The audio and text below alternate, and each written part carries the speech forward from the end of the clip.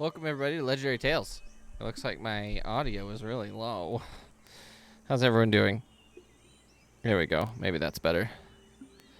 Does anyone have a recap? Oh my god, look at my overlay. It looks so good. I'm so excited. I might have a recap, but I can just share my notes if anybody else wants to do it this time. Yeah? Okay. Right.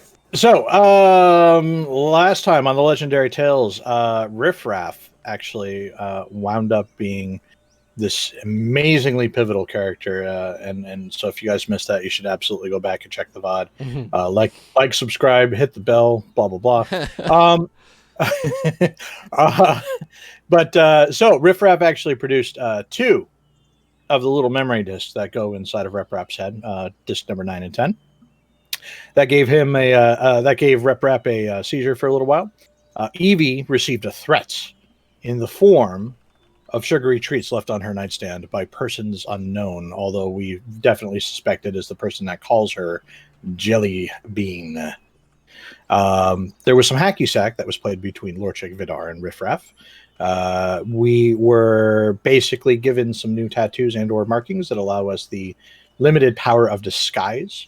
And each of us now has a disguised form that we can. Was it used once a day? Was it used certain amount of times? I can't remember. That I didn't write down. It's basically there's only so much energy stored in it, so it's usually once per day that you can maintain it for as long as you want, unless it's dispelled. So Got it. That's essentially how it works.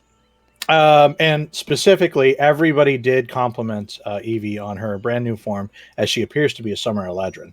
That absolutely definitely happened. So one of the Yeah, it was a beautiful summer Eladrin.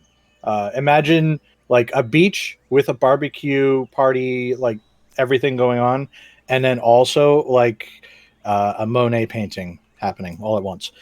Beautiful summer Eladrin. So we were actually given our first mission, which was to go and rescue a former member of the Crossing Grids, a mage by the name of Darcy. Now, the way we got there was using these very, very special teleporting portal makey yeet stones. And we basically needed to get in, get Darcy out. Sonnets is also her Krosengrit's name. When we got there was a mob sieging her tower. There were two men that were guarding another guy that was picking the lock.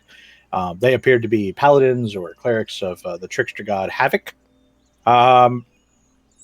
And so we created a very interesting little diversion using some explosives, a cloak, and Defender, sending Defender to run off into the forest, appearing to be the mage, make a lot of noise. Since Defender runs faster than most of the people, that was pretty safe for Defender to do. In case anybody else wants to accuse me of trying to kill the dog. Then we did fail to fool the paladin and the cleric and the hooded man. So then combat ensued. Casimir and Lorchik got hit pretty bad, but we did defeat the two representatives of Havoc and the Hooded Man, mostly through the help of Darcy, who definitely polymorphed and lightning bolted two people into oblivion. And from that, we recovered two holy symbols of Havoc and a heavy crossbow, which at the time had the Artificer infusion of reloading. I assumed and wrote in my notes, which now Rip Rap has. When we got back to Noverjikut, we found out that actually Prince Zarek was hidden inside of Riff Raff the entire time, and actually promptly popped out and was mildly confused and also very appreciative of being rescued by Riff Raff. And so a lot of that was sort of the wrap up there, and everything was hunky dory. Everybody's getting healed up and fixed, and that brings us to now, I believe. Absolutely. Did I miss anything? Okay. Not that I remember. I think that was pretty much it. As soon as you guys land back, it's sort of a chaotic mess as soon as you land back in Novochergut. You land back and you've had your conversation with Zarek. Darcy and Stanislawa went and talked. They have not returned yet. Those of you who need to rest, go ahead and set yourselves up for a long rest because you take the next 2 or 3 days before another sort of broadcast, a sort of global broadcast, happens once again, with the young King Shiram. Except this time he appears in this like hollow sort of like projection, and it's just him silent. He makes no movement. He doesn't make any noise. It's just him sitting on a huge throne made of bronze, like patinaed bronze. It's quite elegant. It's quite nice. And all it is him sitting still. And this is constantly broadcasting since this, like the first day you dropped in. That next morning, the broadcast begins, and it does not stop for the next 2 days. Just him sitting still, perfectly still, on a throne. And the reason that you know it's live or it's actively happening is because people will come and they'll walk by. They will attempt to interact with him, and nothing happens. They will try to talk to him, and nothing happens. And you can tell that he's alive because every once in a while he'll like twitch and shift his body, but he does not move. And Stanislawa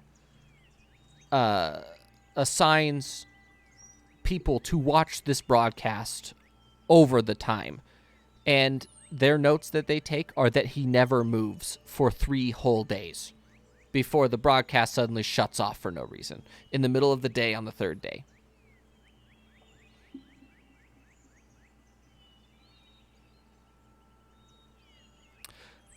During that time period, you see Yvonne show up more than once. That's like some of the notes they take is like characters, and then they describe them. And one of them that they describe as Yvonne, he shows up 7 or 8 times during this time period, whether it's to offer the food or offer drink, whatever, whisper something in an ear. And it's really interesting. Well, interesting in a sort of scary way at the fact that a young man can sit there for 3 whole days and not move, or move very little. What are each of you doing during these couple days? If you want to look into something, if you want to investigate, if you want to do something special, let me know. If not, I will assume that you're just resting. Primarily for Loershik, I imagine that the amount of damage that you took probably did work. Even getting healed, you're still in pain. Like that's, you don't just take your full hit points and damage and not feel it for at least a few days afterward. So I assume that your character is probably just resting. And a lot of the shamans and things in there offer to heal you, and they give you salves and medicine to dull the pain and things like that. But you're probably just recovering at this point. Is anyone else doing anything specific?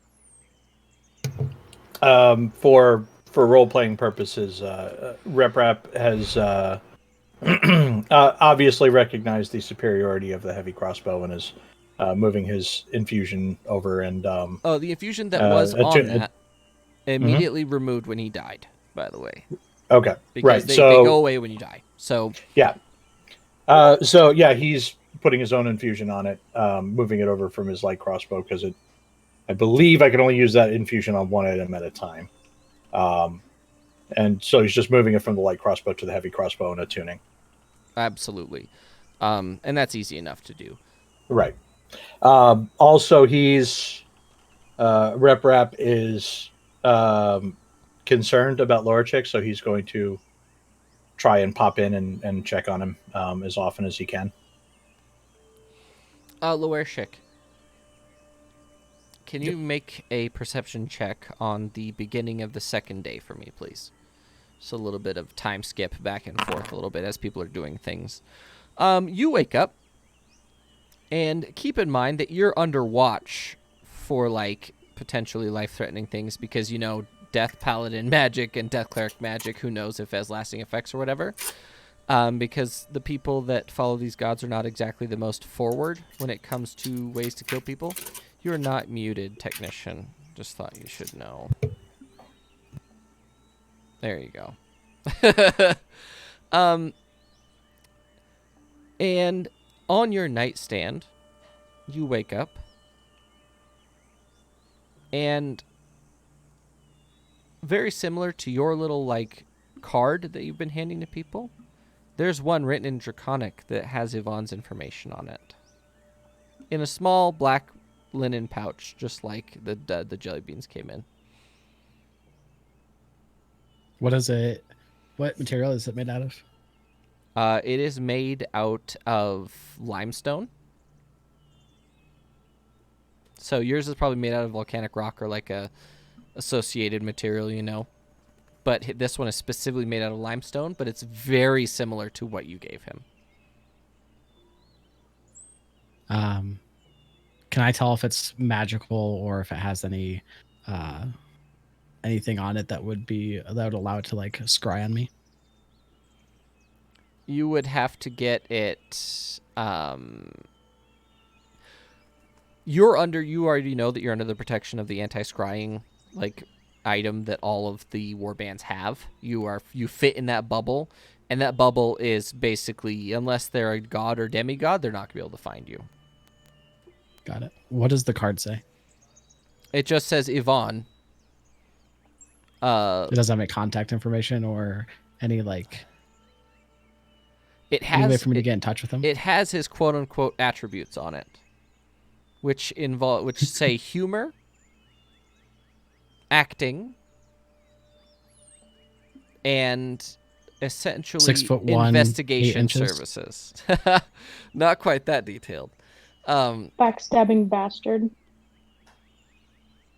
Okay. Investigation, essentially, are his three like aspects that he goes by. This is the second day. Am I feeling well enough at this point to be able to walk around? Oh yeah. Okay. I take the bag and I go and find, I go and try to find Vidar to show it to him. Yeah, Vidar, what have you been doing this whole time? At any point, did we actually hear Darcy speak You when did. we were fighting? You did. Then I know that Evie and Loershik did when they were around back. But did everybody else? She wasn't speaking in Draconic. She was speaking Common at She that point, was right? speaking Spoken common. common during the battle to tell us not to attack the polymorph. That's true. Gotcha. I was gonna say because I'd be just asking about that, but I apparently didn't hear any Draconic, so I didn't do that. Yeah, mostly just kind of vaguely hovering around, trying to see what Darcy's up to since a giant half dragon thing showed up and whooped ass. I'm kind of interested. She is hanging around the camp doing basic management and logistics. Any incoming spellcasters or magic users, sorcerers, bards, all of the arcane magic users that come in as refugees, she like does logistics for the most part because she's like apparently really really good at it. And she's also a linguist. She knows, from your like perceiving of her and sort of following her, she knows at least 8 languages. Or at least covering a family of languages. For example, like dwarves have a whole family of languages that fall under them, that kind of thing. She knows at least the base language for most of them. And she is just super friendly. She has super high charisma. She's very attuned when it comes to. She's very empathetic, that kind of thing. She's just super nice, and she. Do me a favor, make an Arcana check for me, please. Never mind. You know nothing about dragons. But Loershik, you find Vidar, sort of more or less stalking Darcy. Hey, When Loershik stop following her. When Loershik approaches me, I see the bag in his hand, and I said, "Did you get jelly beans too?" This one's a little bit more gritty than jelly beans. I open the bag and kind of show its contents to Vidar. You shouldn't have tried to eat that. Of course, it will not taste like jelly beans. It was dark. What can you say? You do try to eat I, most things. I get it. I take the card out and I hand it to Vidar and ask him what he thinks of it as I explain what's written on the card in Draconic. I spend half a second just mentioning, oh, Draconic's such an interesting language. Oh, but yeah, Ivan, was he here, or did he have agents here, or is there something else? I'm not sure, but I don't remember anyone coming into my room. I wonder if me and Rep will get one. I hope not. I think we should go find the others and tell them that this happened again. Agreed. Okay, Evie, are you doing anything special between the first day and the second day? All I was gonna say was like kind of pondering over the goddamn jelly beans and trying to figure out if there's anything I can Have you eaten all the jelly get beans out at of this them. point? Not all of them, but in my pondering, I've definitely picked out a couple. They're all sweet flavors. None of them are savory. There was like a salted caramel that was like savory initially, but then it turned to very sweet afterward. So you're just pondering, just chilling? Any, by chance, honey bread flavored ones? There are, actually. One of them tastes like a straight up cinnamon roll. God damn it, Devon. Can we notice any weight changes to Evie? Not from a bag of jelly beans.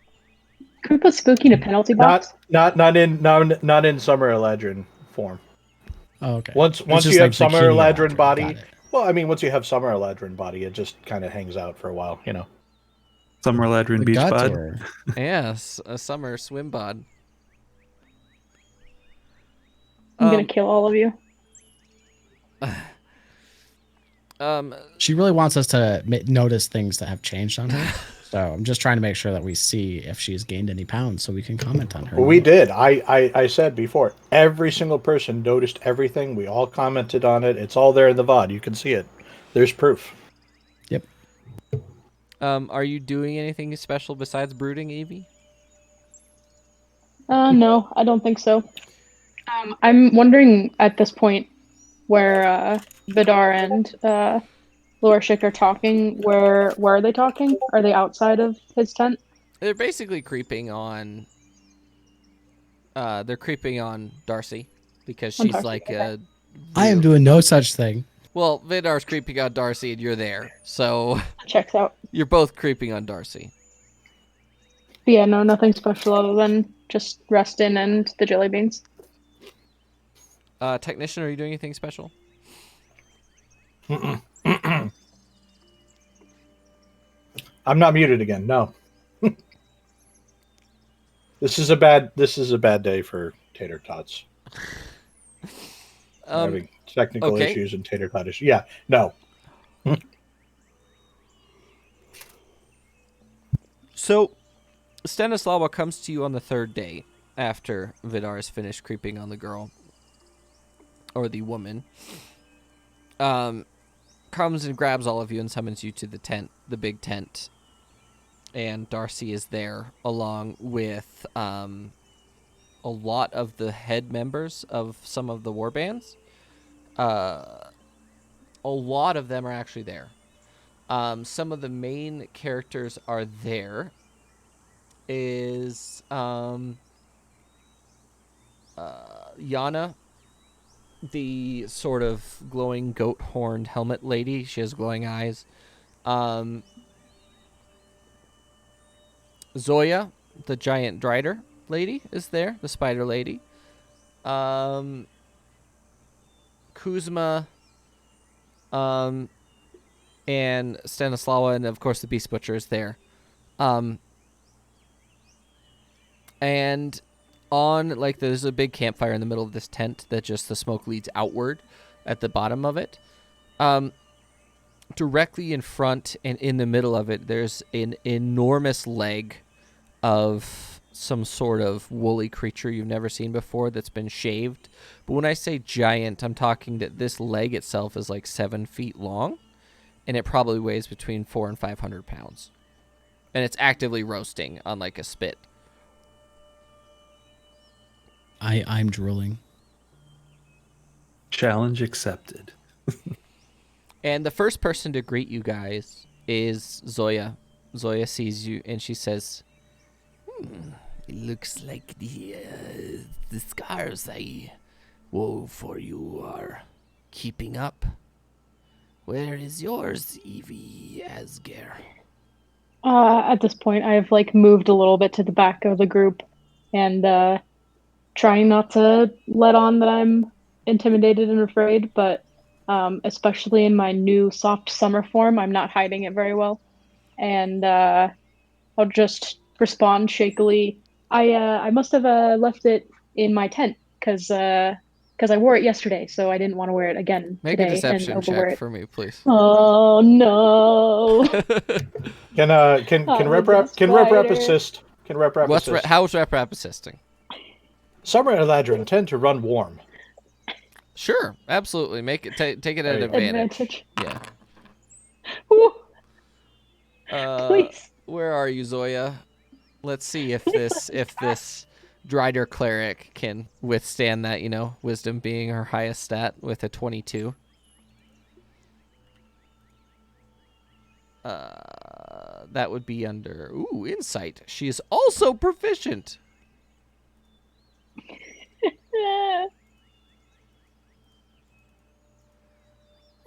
At a +10. Let's see how this goes.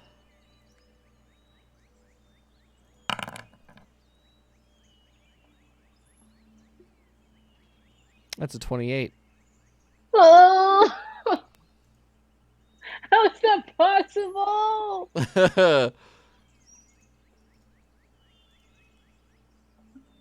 Because she has a +10.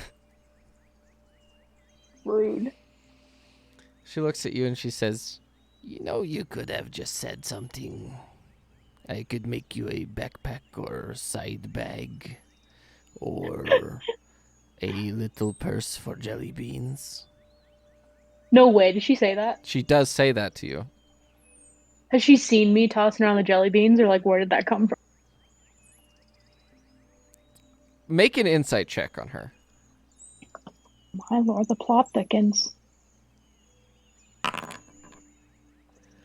You realize the second that she says that she's a spider for a reason. And just as she does that, she points at you. And the smallest little tiny jumping spider you have ever seen crawls out of your hair. Nope. All right. Well, I absolutely freak out, start like batting at my hair, and all the like little leaves and flowers are like falling out at the same time. And scream. She looks at you and she Can I says, take- "What's up?" Go ahead. No, go ahead. Go ahead, Lord Ashik. What's up? While this is going on, can I take out the bag that Yvonne left with his card and check to see if it's like made out of silk or anything? It's not. It's linen. Okay. He did say that. No, did? I say linen on purpose because it could have been Yeah. leather. It's specifically made out of a black linen cloth. He did. He said black linen bag. Both times. Oh, okay. Yeah. I'm just dumb. Rep is going to turn to Evie and just kind of put one hand on her shoulder and just be like, friend Evie, calm yourself. It's okay. I Statistically, can't call myself. Do you see all these tiny little it's freaking okay. spiders? It is okay. Statistically, you are never more than 6 feet away from a spider at any given time. Go away. With me being here, that number is significantly too light. Is it too late to go on some horrible adventure where we might die? Because I'd prefer that over this. And she sort of like when she's at full height, when she wants to be, she's like between 10 and 15 feet tall, and she sort of crawls over the top of you guys and gets right next to Evie and says, "Do not worry. They're just my children. They relay information for me." Oh, okay. I like am still terrified, but I'm catching wind of like I already caught the jelly bean comment, and I I say how far away can you send your children? I have children on every continent. That's horrifying. Let's just say there's a large network of tunnels. Make it very easy for us to move along. Loershik, you realize something. That you've grown up near these odd-looking spiders your entire life. That you're putting two and two together. They're 100% related to her. Because they're like these large, like, their carapace is very shiny. So the only way that you can see them in the darkness of your, like, home is basically when lava or, like, a light flashes on them. And everything else about them is matte black except for, like, their carapace, and it's very shiny. And you're realizing now that she looks exactly like that. How long have you been gathering information with your children? Well, let's just say when I was born, I was this big. And she holds her fingers like an inch apart. And she said that was like 900 years ago. So I've grown little by little. Every time I shed my carapace, I get a little bit bigger. And I can have children. So, as I move along the world, I leave my children and they report back. How do they report back to you? We have a connection that makes the distance from you to me in mathematical scale 1% of real distance. So can you actively see what Yvonne is doing? Potentially, I would have to move a little bit east to get in contact with those children. Or we can wait for some time and have word back. I cannot actively see through their eyes. And as you're looking at her, she has two main eyes that are really big and loads of other eyes that go like on the front the front top hemisphere of her head. There's a bunch of little eyes that always just move and shift all the time. And she looks at you and she goes, "Hold for a moment." And you can see that one of her eyes shifts colors to be the same color as one of the eyes on the upper part of her head. And she says, "Yes, he appears to be in the capital of Artstadt. He is eating pig with some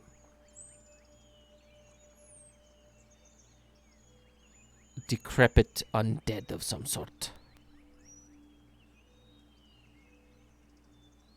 I kind of shudder at the thought of Yvonne eating what I assume is necrotic flesh of some sort. No, he's eating pig, but the people that he's with are undead. Oh, he's not eating the people. No. Okay. He's eating like pork or like a pig. She just said pig.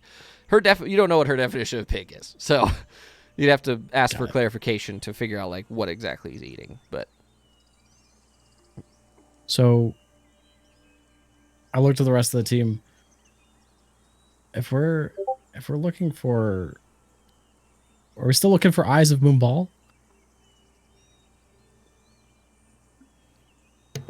Stanislava, did you have something that you wish to discuss with us? Potentially another artifact. I did. And it seems that we have found one.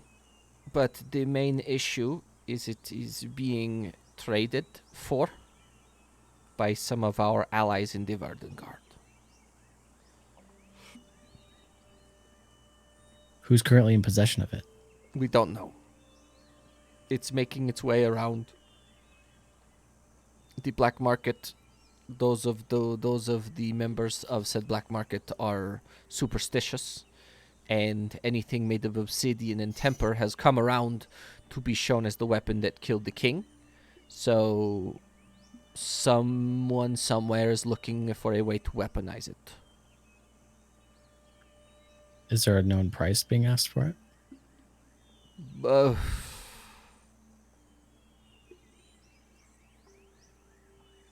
that's a good question.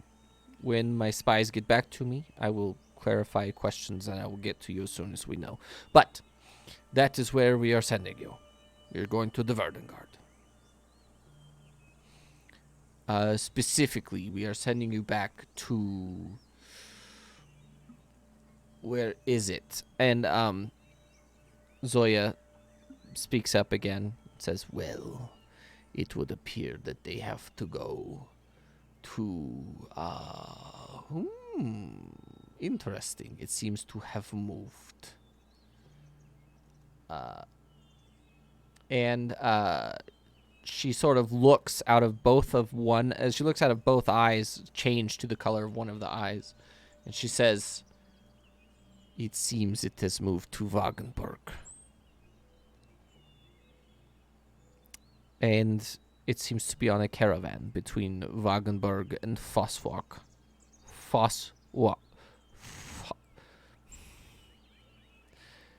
The one north of Wagenburg. She looks really frustrated because she can't say the letter V, or it's very hard to say the letter V for her.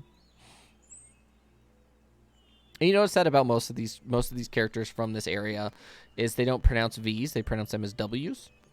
So it's Stanislawa and things like that, but when it's like the first letter or like right after an S or something, they have a lot of issues with it.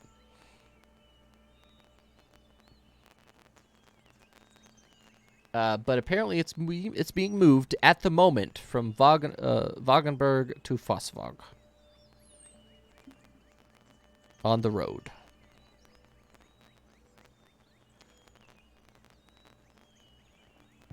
Well, I think we should try to intercept it if we can. What do you think, Stanislava? It depends on how you want to go about it. I would not interrupt the transaction at the moment. Because for me, I would like to see who's in play. Because it could be the government. It could be any person of political power that would like to destroy another nation. We don't know what it requires to weaponize. Stanislava, you said your people were trying to trade for this Eye of Mumbal. So that would mean you already have agents in place for this transaction. We don't want to trade for it. We want to take it because we are, as I like to say, untouchable. They don't know where we are. Correct? I see. So if we stay unassociated, then we are much more secure. I understand. And I can guarantee you that Yuan has agents going for it as well. But your job this time is to surveil. I hate that word. You just need to watch. Just watch. Don't Reconnaissance. act. Understood. Thank you. Don't do anything stupid. Because if you expose us, we could have issues. There'll be issues to be had. It will be bad times. I understand.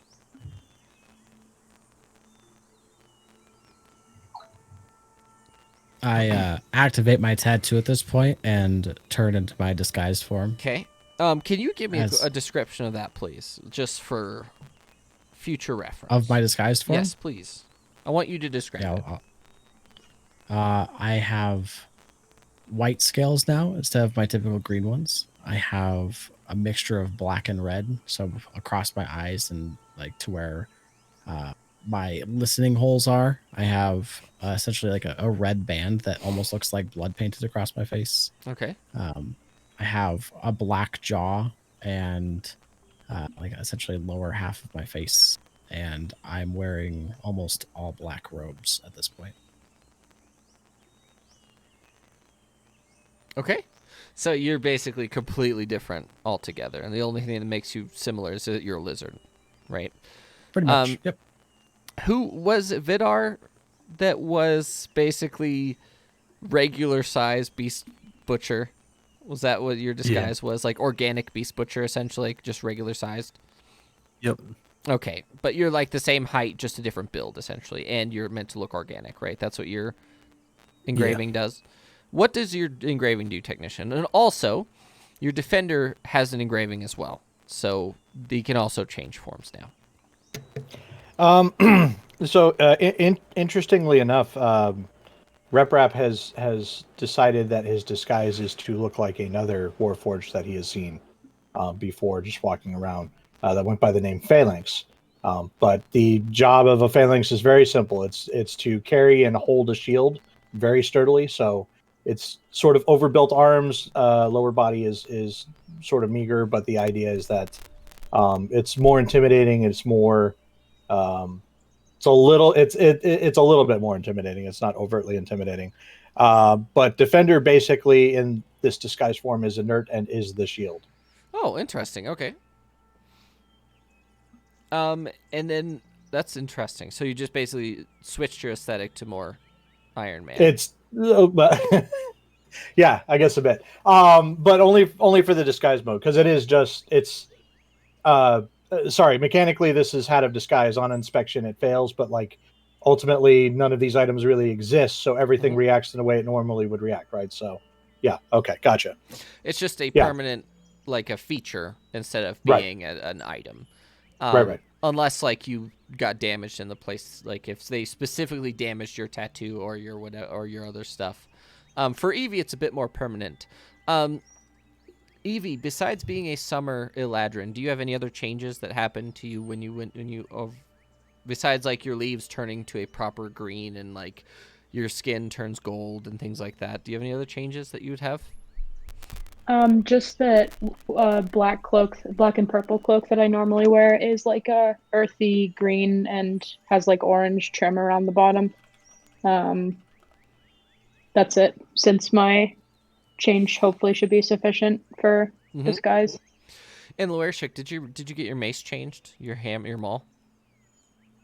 I forgot to. If you want to write a description for that, that'd be great at some point. I will. Yes. Because you had mentioned it. I wouldn't ask if you had mentioned it before.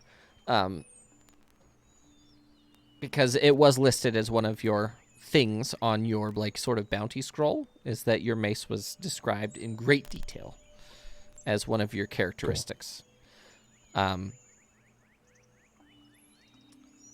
As you guys get ready for this next upcoming adventure, Stanislawa pulls you to the side and says, the main objective, the mission here is to not engage. We are just trying to find out who wants it. If you get eyes on it, verify that it is what it is, or supposed to be, and then I am giving you for this mission a sending stone that will come directly to me. And she hands it to Loershik. A yeet stone or a sending stone? Sending stones are essentially one-way communicators that you can send it to one thing and it will go there. Sometimes they can send it back, but it depends on what form the sending stone is. This is a one-way thing. So basically, every night that you guys surveil on this, you need to send a sort of report back and say, hey, I verified that it is what it is. Here's the players. Here's their character descriptions, whatever, right? All she wants is you guys to watch. Okay. Stanislava. How do I use this? Oh, go ahead. All you have to do basically is attune to it, and then once per day, usually they have more than one charge, so if you have to send a message, you can send a message. But all you do is you say a certain amount of phrases or words. If you look it up on D&D Beyond, it gives it a little bit better description. It's not like having a full conversation. I think the literal limit is 25 words, if I remember right. Yep. I think there's an actual like character limit or like word limit you can send at a time, but I don't remember if it has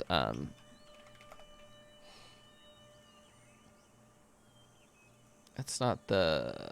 It's not the. Okay. You can send a short message of 25 words or less to a creature with you familiar.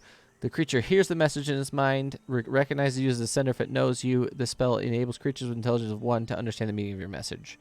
You can send the message across any distance, even other planes of existence. But if the target is on a different plane than you, there's a 5% chance the message doesn't arrive. These specifically,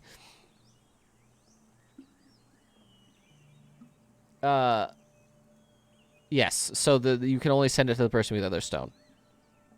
And then once sending is cast with the stones, it can't be used again until the next dawn. And no, not in real life.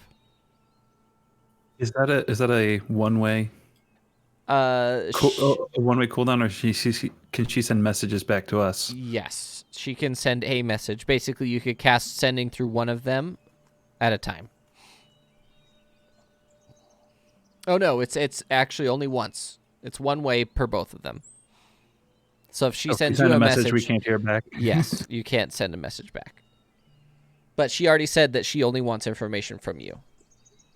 So, and that's why she said use it the night of, so that if she does have something to send to you or an emergency happens, she can send it to you and you don't use it up on the first thing, you know? Leave that line of communication potentially open until the very last minute. Stanislava, one clarification. In the event that we notice the Eye of Mumbal is about to fall into nefarious hands, we should not intervene and only report? Yes. I foresee that the potential bad things that can happen are already deterred. Excuse me. The potentially nefarious organizations that can exist or potentially come after us are... Oh, how do you say? We know who's looking for it. And if the wrong people show up, we can adjust. You understand me? I do. That's also why I have you sending the message at the end of the day. So if we get word that the wrong person has shown up, we can send you in.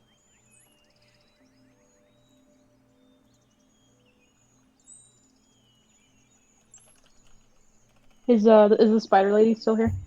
Very much so. She's nowhere near you, I'm but gonna she is say- here.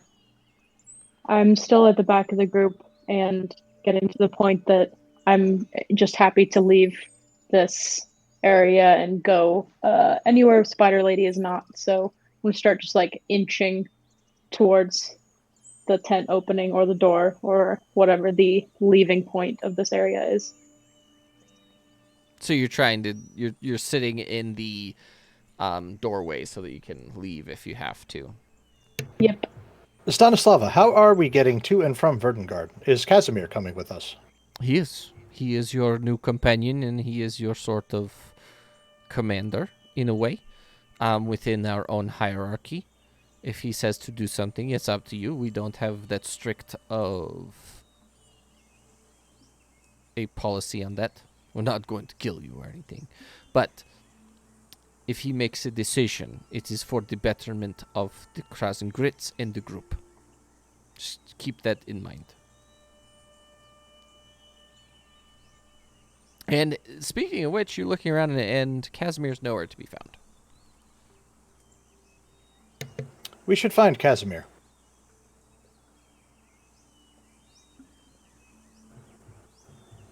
Sure. No, I wasn't muted that time on purpose, so. Oh, yeah. That's up to you guys. What do you guys want to do? Yep, let's go find Casimir. And she is sending you first thing in the morning. So basically, On the mention of you guys will be arriving in Fossvog as soon as the stone is supposed to be there. And you'll be arriving at like the north end of it near the river. So you're like, there's a bunch of villages on the map that are just not labeled because they're too small to be considered like any sort of like important property. You get what I mean? So they're made of like a few dozen people instead of like Phosphog is. I actually have a number with it, but it's like a few thousand people. Where the villages to the north and things have newcomers and people coming out and stuff all the time. You won't be seen as like crazy out of place people if you do that.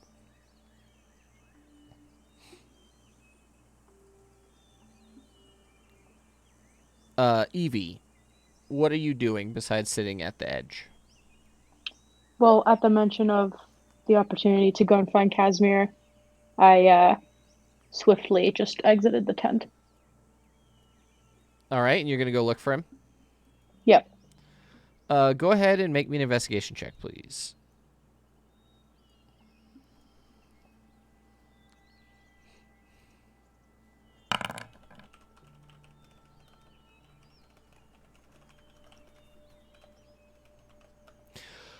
Casimir is nowhere to be found, surprisingly.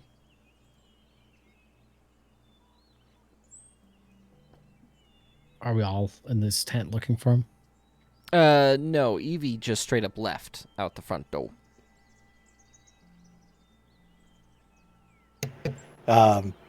Rep is also going to go look for Casimir. Well, let me know when you find Casimir. We'll go over the...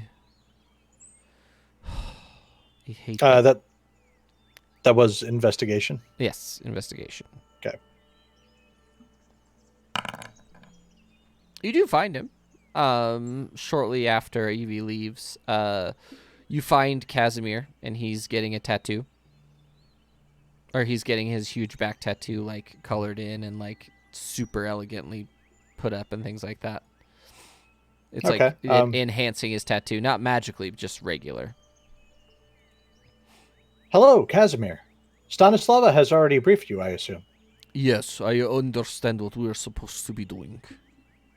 How do you feel about this mission? I am unfamiliar with the place we are going. That is about the only issue that I have. Other than that, I would assume that for me personally, I think that and everyone else we need to cover ourselves a little bit better than we are, except for the Loershik. I'm sorry, I did not understand what you said. We need to cover ourselves better? I was looking into the place we are going, and being naked is not on their list of values. They do not see the body as a beautiful thing. I see. In that case, it would be best if I did, in fact, wear something. All of us. I will inform the others. Thank you. We will meet in front of the headquarter tent tomorrow morning if you would like to tell everyone. I will. Thank you. Rep is going to go back and find everybody else and tell them, just relay all of that, more or less. And also, the thing about Casimir is he's getting tattooed by 3 people at once on his back and not even flinching. So Like, ridiculously he good at is- adrenaline. Oh, yeah, or his pain tolerance is incredible. Hmm. Just wanted to make note of that. I mean, as for Rep, he does actually have traveler's clothes. He just normally doesn't have them on, so it's just gonna don some Sure, traveler's clothes. sure. Cool. And if anyone needs clothes, they can get issued like clothing that's not exactly warband, because the warband clothing is usually like armored or straps or very strappy and that kind of thing. The cloak that I have has like clasps all the way at the front, so I'll just use that. That's fair. Vidar, are you getting any additional clothing or what are you doing? No, I tend to always wear my armor and hood and stuff like that, and I will bring the spider silk scarf and like wear it up a little bit more over my face, like Mortal Kombat style. Okay, so the ninjas from Mortal Kombat more so than anything else. Okay. That's fair. Evie, what do you do this evening? I am a little bit troubled by the interaction with the spider lady, not just because I'm scared of spiders, but because she knew about the jelly beans and knowing that she has children and eyes everywhere. I'm just like thinking about if she could be connected to Yvonne and bringing, like, she was the one that planted the jelly beans. So that's like what I'm thinking about while I'm laying there That's fair. or sitting, I guess. Make a perception check. Okay. You hear the sound of a handful of people approaching your tent. Like, not just walking by, but approaching your tent. I was probably like sitting cross-legged doing like micro meditation, so Yep. I'm just gonna like break out of that and stand up. As you do that, a familiar but unfamiliar voice at the same time comes from outside your tent. Excuse us.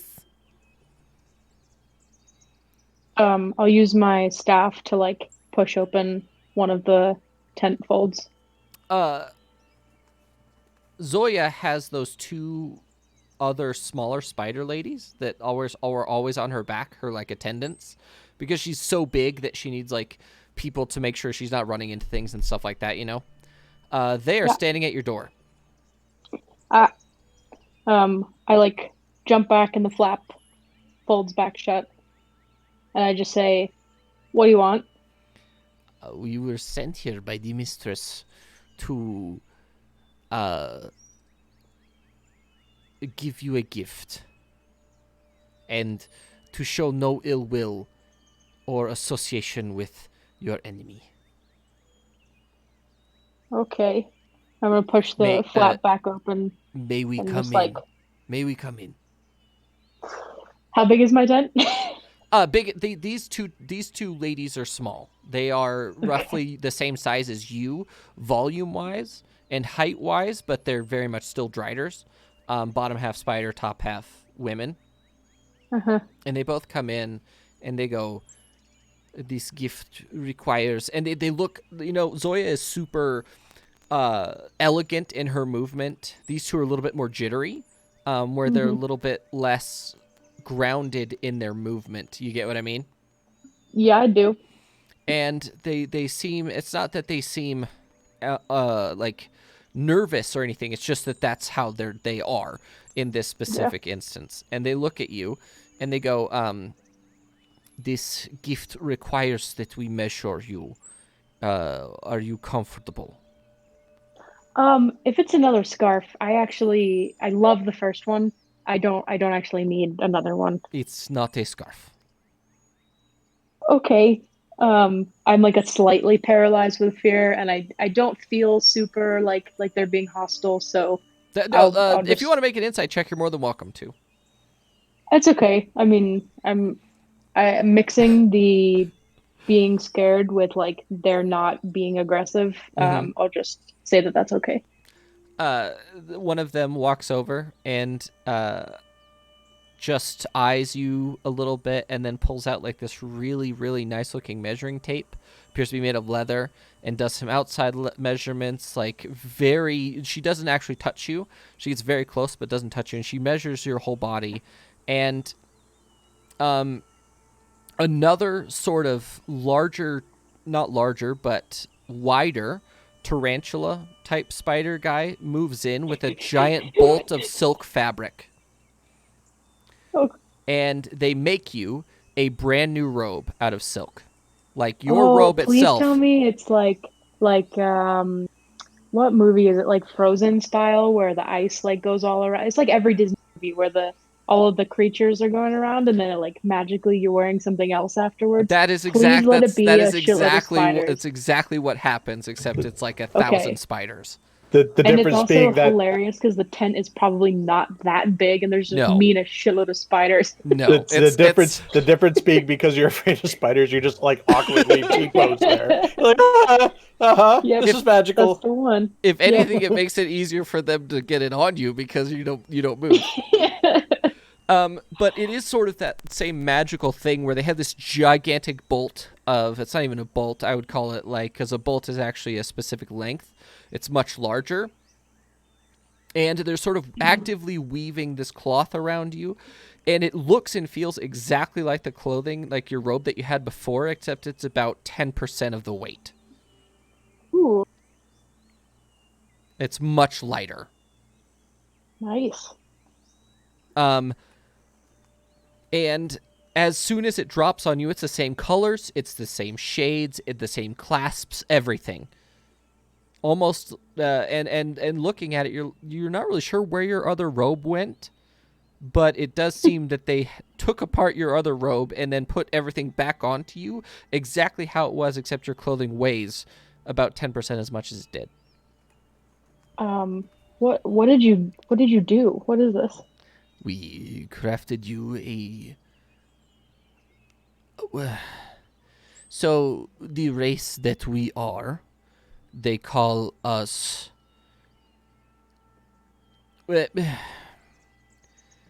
In our language, we are called Deathstalkers.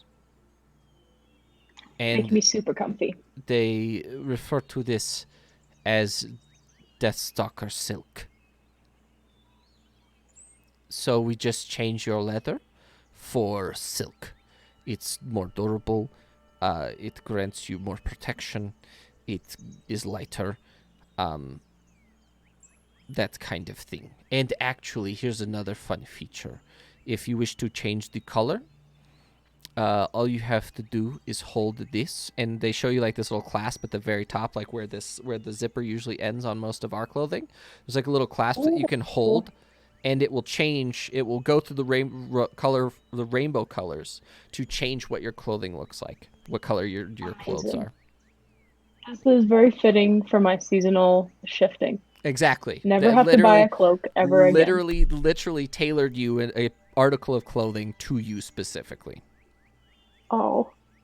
I'm gonna thank them, still kind of shaking a little bit because I'm surrounded by spiders, but I understand the gesture and really like this new cloak and very excited about the customization options. And there's sort of like a matching clasp on the other side that has her like dope Spider Clan symbol on the inside of it.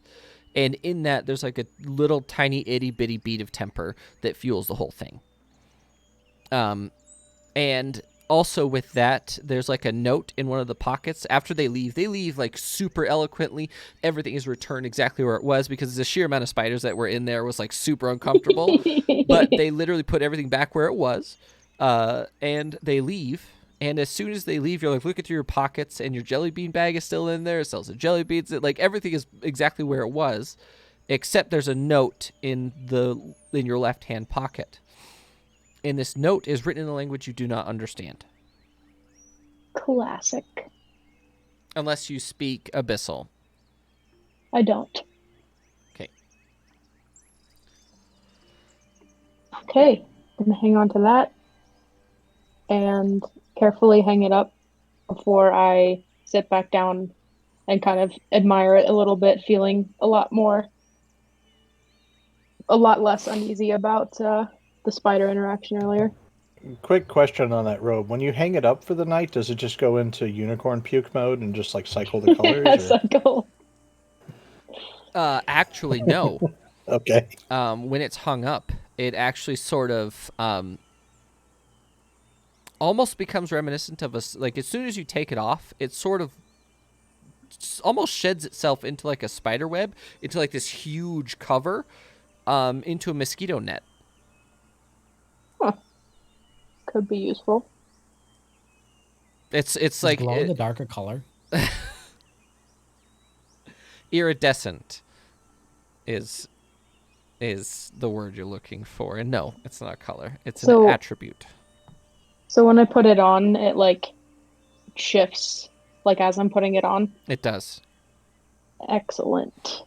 So it's That's it's dramatic. very utilitarian. I dig it. And yeah, so you have a note from Zoya. Is anyone else doing anything this evening? By any chance, did I see all of the spiders rushing Evie's tent? I would assume that since Vidar is like sort of a scout type character, that you would be out at night. Go ahead and make a perception check to see if you see this crazy shit. Yeah, you do. I go over You don't to see her. it. You don't see it right away, but you do see like a commotion in her tent happening, and like loads of spiders going in and out, and like all sorts of shit. Like, you're not really sure what's happening, but there's shitloads of spiders in Evie's tent. Thanks After for the letting that spiders, happen, Vidar. I say after all the spiders are gone, I approach and kind of say through the doorway, "Everything okay in there?"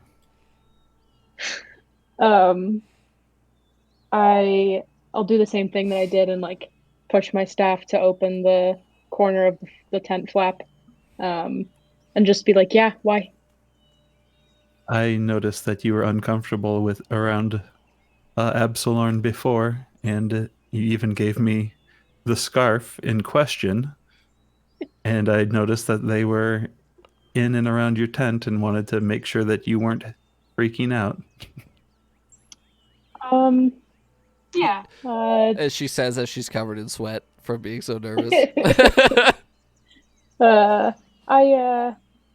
They just came and dropped off a little gift. But they're all gone now, so I'm gonna sit here and deal with all the trauma of that. Thank you. Is it another scarf you need me to take?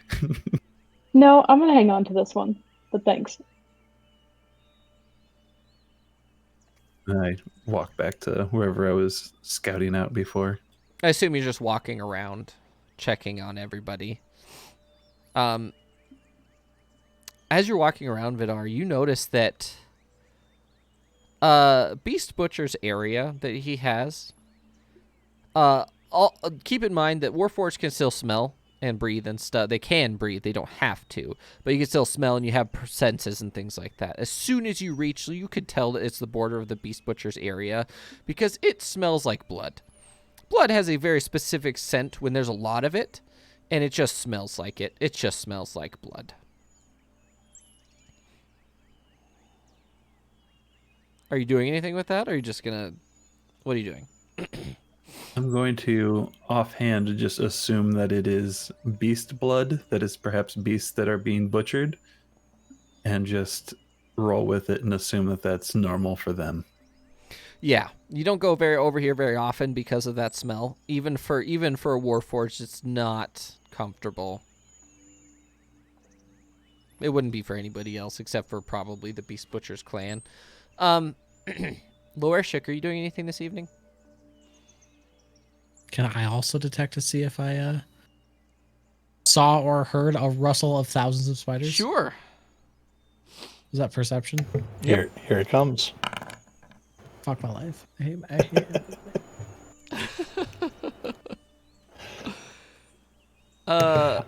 You have 5 charges left. On the plus side, your low roll so There's far 6. has been mediocre. It's not mediocre, low. not terrible. Yeah. Yeah. No, I don't think it's worth it. I spend the evening. I assume I found some food at some point. So I'm Oh just no, kinda you were hanging out fed. in No, my tent. no. Like Stanislawa knows that you have an Okay. insatiable appetite, and everybody else left the tent. You are not allowed to leave the tent. Like she literally like holds you and like takes you and is like, you have to try this shit. And she actually I love explains to you that it comes from a very specific breed of elk that the Beast Butcher uses as a mount, but he also keeps a herd for food.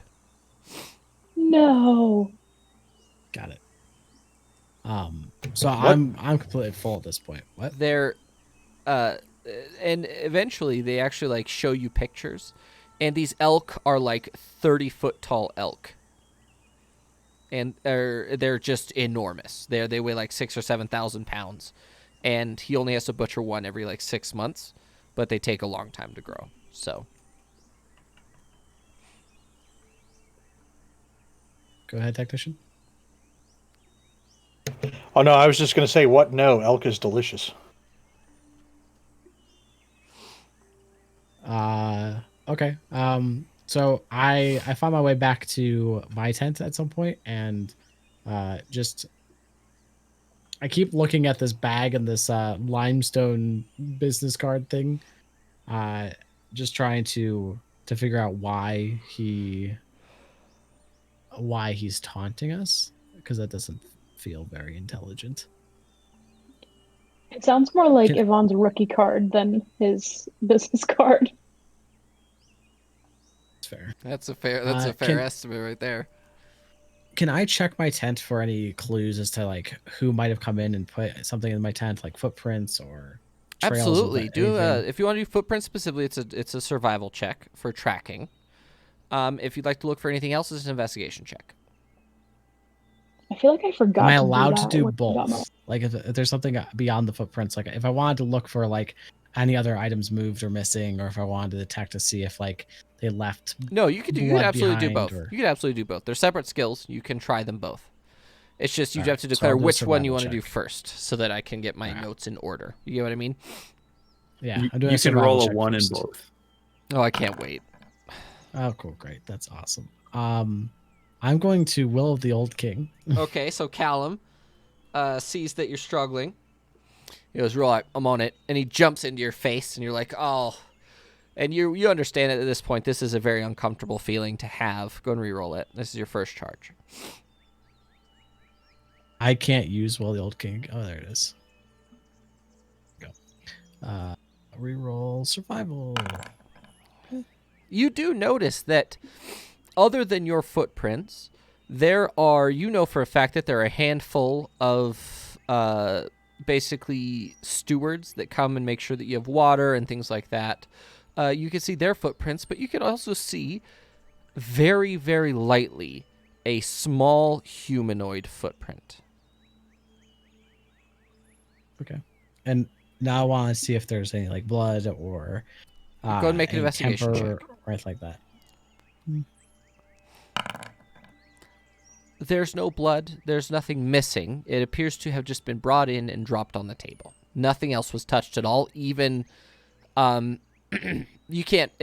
Even when you look at like the tent, like the drapes, like your entrance, there's nothing. There's no way that you'd be able to tell anyway, because that is just used all the time.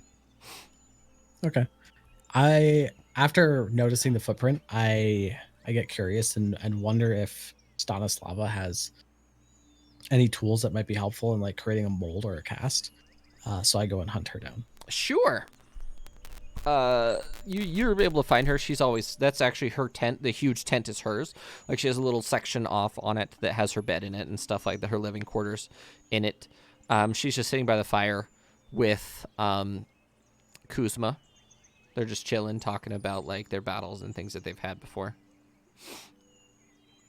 Hey Stanislava. I had this strange card from Yvonne dropped off at my bedside, and I noticed that there's some unfamiliar footprints in my tent. Is there anything that you might have or any of your people might have that could help us take a mold of the footprint? Kuzma stands up and goes, "I can probably divine who it was. Guide me." And he sort of he stands up. Kuzma. He stands up and his like bones rattle. It's Kuzma's whole thing.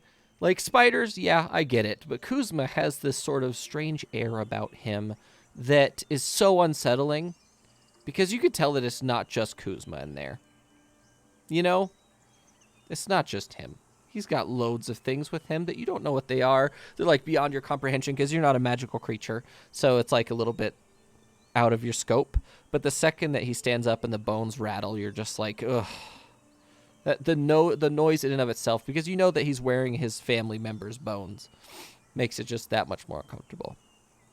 And he gets up and he starts limping down towards you, and comes down the stairs and says, "Show me." I make my way back. Is anyone else's tent, or do I see Vidar or anything like that on my way back? Oh, Vidar's probably just out and about. Okay, I like grab Vidar as I walk past him and say, "Hey, you should come check this out with us." Kind of it was walking the other way, and he grabs me, and I kind of just like 180, like spin around, and just immediately fall into marching order. You get back to your tent, and Kuzma sort of says, "Stay right there," and orders you to stay at the front of the tent. And he starts casting this sort of ritual magic, and you can see over the last day or so, he brings like these sort of spirits inhabit like these footprints. You see the orc stewardesses and the stewards, like you see them come in, verify that you have things, that things are clean, your bedding is clean, like they change your bedding and stuff like that. But right in the middle of the night, you're sleeping, and you could actually watch this physically happen as you're doing it. You're sleeping, you're facing her, you're facing like, sorry, you're facing Kuzma as Kuzma is doing this when you're sleeping, and a hooded figure that appears to be human, or closer to human than like an orc or a goblin, right? Comes in, barely touches anything, and just drops the pouch on your table. While this is happening, And it's not like a is it halfling. easy to, like, It's a very thin human or humanoid, like elf or something. like malnourished? More or less. Or they're small in frame. Is it easy to like determine bodily features like feet or hands or like a tuft of hair or anything? The only or thing that even you their can height? tell, even Kuzma looks at it and goes, "He's very androgynous. I cannot tell. Can you see anything?" If you'd like to make an insight check or a perception check to see if you can see anything specific. Their face is covered completely. They're wearing like a large, like a big hood, and it has a mask on it.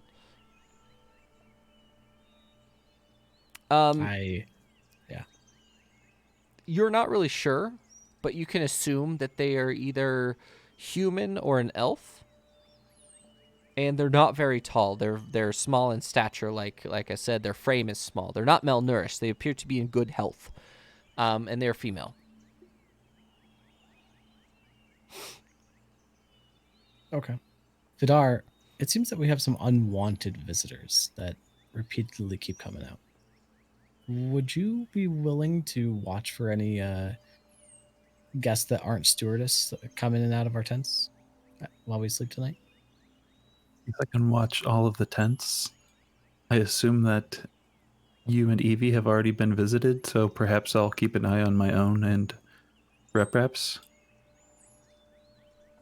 Also, I think that's fair. I Zoya seems wonder if to they know. visit anyone else. Zoya seemed to know about the jelly beans that Evie had. He seemed to imply that she has spies everywhere. I wonder if she knows any more about this. Or if she can leave spies in our tents overnight. We should find Zoya. Technician. Go ahead. At the second this, so we're just taking a quick break from this. Technician, what have you been doing? So, based on the memory chips that technician received last week, he understands certain concepts of personality, but also knows that he's bad at them. Yeah. Technician has been eating. So, technician has gone out of his way to sort of sit with and or help with refugees logistically, or mainly he's interested in understanding their stories. But so you're actually making like an actual storyteller's book or something like that. You've been actually like taking down notes about who they are, where they came from. And, to a degree, yeah. Okay. That's not what I expected. We will revisit that. I will make a note. I figured that would is be really cool. So, what I'll do is after this, and as I think of things, I will send you like lists of like names and where they came from and perfect family members. Sort of like, as a horrible thing as it sounds, a technician's list for copyright reasons. Yeah. I see what you did there. Nice. Very nice. Where it's a beautiful thing, actually. It's more human than most of the other characters I've ever experienced in all my time role playing. That's like one of the coolest things I've ever heard. So I'm going to go hard into that. And I'm going to be sending you messages whenever I think of stuff. Awesome. Because I have loads of characters I've written for this. And Feel free to spam me. I did not expect you to just like stop and do half an hour on all of that. So well, I wanted to make sure everyone was caught up, that we're not just rushing through this, because it doesn't have to be rushed through. And I enjoy this amount of role play. Like, the combat's cool, but I enjoy building stories. So that's what I'm doing, and that's really cool. Are you doing anything else specifically? Like, would you want to be there for any of these experiences? Because you do have that as an option, but if you're just taking down people's names and stuff and doing your thing, that's fine this is what Rep has been focused on is understanding these people, learning their stories, practicing empathy and sympathy, and if you don't have it, give yourself inspiration. Okay. Because that's huge. That's huge. For what we talked about last week and what the actual knowledge chips did for you. That's a big thing. There we go. I just click it and it gives me one. Got it. Okay. Because you only ever have one at a time. Sometimes I'll make an exception to that, but it's very rarely that ever happens. So, with everyone being taken care of for the time being, Loreshik, if you want to go, do you want to go find Zoya? Yes. Okay. Are you and Vidar going to go to the Avalorn camp? I say yes, but as we're passing Evie's tent, I pop my head in and say, "Hey, Evie, we're gonna go see Zoya. You want to come with?" I like dart and look at my new cloak, and then look back at him in like an immediate cold sweat, and just say, "I'm actually really, really tired, but thanks for popping in." Of course. It's late. I have a headache. There's an early meeting. I'm tired. Yeah. Notice how literally everyone else stood outside the tent and asked if they could come in, and Loreshik has got his like lizard head through the flaps of the tent, like, "Hello." That's the way he is, though. That's just what he does. That's him. From outside the tent, I say, "I'll be sure to send Zoya your thanks for your new gift." New gift? What? Yeah, go away. I asked Vidar, what new gift did she get? I want gifts. I don't know what the gift was. I just heard she got a gift replacing her scarf. Oh, okay. And we start making our way towards the Aboriginal gate. Is that what? Absalorn. Oh my god. Okay. Absalorn. And Absalorn in the original language, in the Warband language, that the origin and the root language for all of this area is giant. In the original giant, it means iron mind. Okay. Which is very I make my way there. Like descriptive of what their stuff is, right? Knowledge is power, that kind of thing. You get to the Absalorn camp, and it is the most uncomfortable thing you have ever seen. There are not tents. There are giant weaves of spider silk in between enormous trees. And nobody sleeps in shelters. All of them are driders. There's about 1,200 of them. And they're all just hanging from these giant weaves of what appear to be spider silk. I'm fascinated. Well, equally disgusted. And I look for down? the nearest spider. Sure. You I look down. And as you're stepping, the ground that you thought was black is actually green, and the spiders are millions and billions of spiders are moving out of your footsteps to make sure that you don't step on them. I shudder and like kneel down towards the ground and whisper to the ground, "Can you get your mom for us?" And all at once, you hear like the screaming of tiny little things go, and you hear like a very high pitched sort of like, you know how grass or the crickets make that noise, the chirping noise. That noise is heard, and it goes away from you.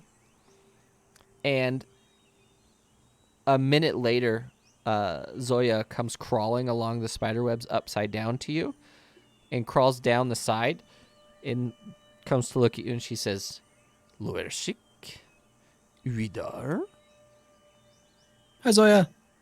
Hope you're doing well. greetings." Just kind of like looking around, observing, just kind of like uncomfortable. We have a favor to ask. It seems that we've Of course. been visited in the night, as you probably know, Yes. by someone for Yvonne. And I received this card last night. I kind of handed it out to her. Mm-hmm. And she And takes it. after some investigating, we noticed that there are some footprints coming into my tent. And what was his name? Zorak? Kuzma. Kuzma. My brain. My poor brain. Your brain is rolling D1s.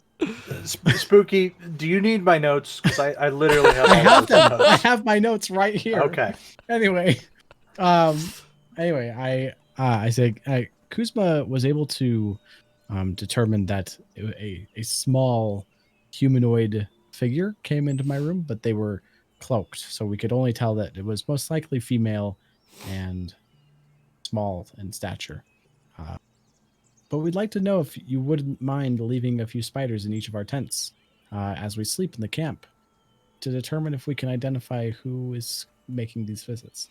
Have you told Evie about your intentions? She No, did send her thanks but- for the gift, but it might be best. It was if- my pleasure. Well, It might be best if the spiders in her tent perhaps stay low key. here's the thing. I have not put any in there. I will not do that anymore. For her own comfort. But I will How about outside of her I tent? will position them on the outside for her comfort. Thank you. For the I rest Help know of us that you appreciate doesn't it. know any of this, but Monster knows all of this, and Monster is having a small heart attack. So, because Monster and Evie share the fact that they don't like spiders. I have a book. I'm going to send you a book. And I don't as know that. as you do that, Laura Schick, you see on Vidar a strange looking creature. It looks a little bit arachnid, but not quite. Uncloaks itself on Vidar's shoulders. I don't know if you've ever seen what a camel spider looks like, Okay. but a full-size camel spider is sitting on Vidar's shoulders. And Vidar, as you're looking at Loershik, one of these uncloaks on Loershik. In that sort of predator style cloak, where it's just a little bit of a sheen, but you didn't notice it until just now. And they both decloak on you, and you hear in your ear, Loershik, you hear, "Yes, Mother says we shall protect you. We shall watch for you." I'm going to leave this in Evie's tent tonight. We have been told not to go to the Evie's tent, but we'll stay Okay. in yours and Vidar's and the technician. We will make sure that we watch them both, and you as well. Is it possible, strange request, is it possible if you notice someone who isn't a stewardess, would you be able to like make a tripwire so that way when they walk out, they fall on their face and wake me up? No, but I have something better. I have way to track using my own silk. It leaves some signal and I can follow it forever. I am tracking Deathweaver. That is my purpose. Okay, that works. Thanks. You're Can you? You're Would you want to welcome. ride in a bag? No, I prefer the outside. I will stay Okay. cloak for your comfort. You seem very uneasy at the moment. Am I still glowing from Callum, or has he come out? Callum came the second that he knew that spider was on you. He's like, I'm out. He literally jumped in your bag. He's like, nope, fuck all that. Cool. Your help has been greatly appreciated. We're gonna go back now. And I start turning around to walk away. I will be here. Yeah, I turned to follow Loershik with a slight nod and wave to Zoya on our way out. And thanks again. Take care of them. We shall for you, mother. And Zoya just goes, I know, children. Don't worry. And she sort of crawls up into the tree really fast and like skitters away. And it's as you notice that you're sort of looking around and two more of them uncloak and they're sort of like behind. One is behind Vidar, one is behind Loershik. And the one on Loershik, even cloaked, speaks to you in your ear. He says, tell me which one is the technician's tent so we can put ourselves there. Sure. We walk past. Is technician inside of his tent at this point? No. Is there? Can we run into technician on our way back? Like, you'd probably have to go out of your way to find him, but he's around. You know where he is. This is probably where he goes after meetings and things like this. You've probably been doing this the whole time, right, technician? Yeah, off and on. I mean, so it's a combination of looking in on people that have been injured, working with or talking to the refugees and working on smithing or whatever else. Because it seems to come up that I keep doing smithing and artificing every now and then. So well, that sort of goes without saying that you're one of the artificers, so you might as well work. Like, yeah, I got stuff to do, guys. As we are walking back through and we pass technician's tent, I direct the spiders that this is his tent, and as we continue around, we run into technician at some point, and I let him know, hey, technician, yes. Don't be alarmed when you go back to your tent. There's a spider hanging out with you tonight. What are you doing with your words?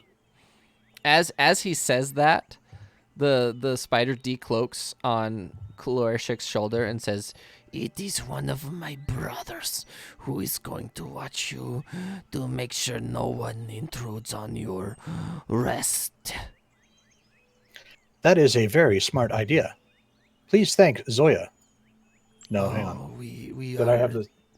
We have for you already. Don't worry.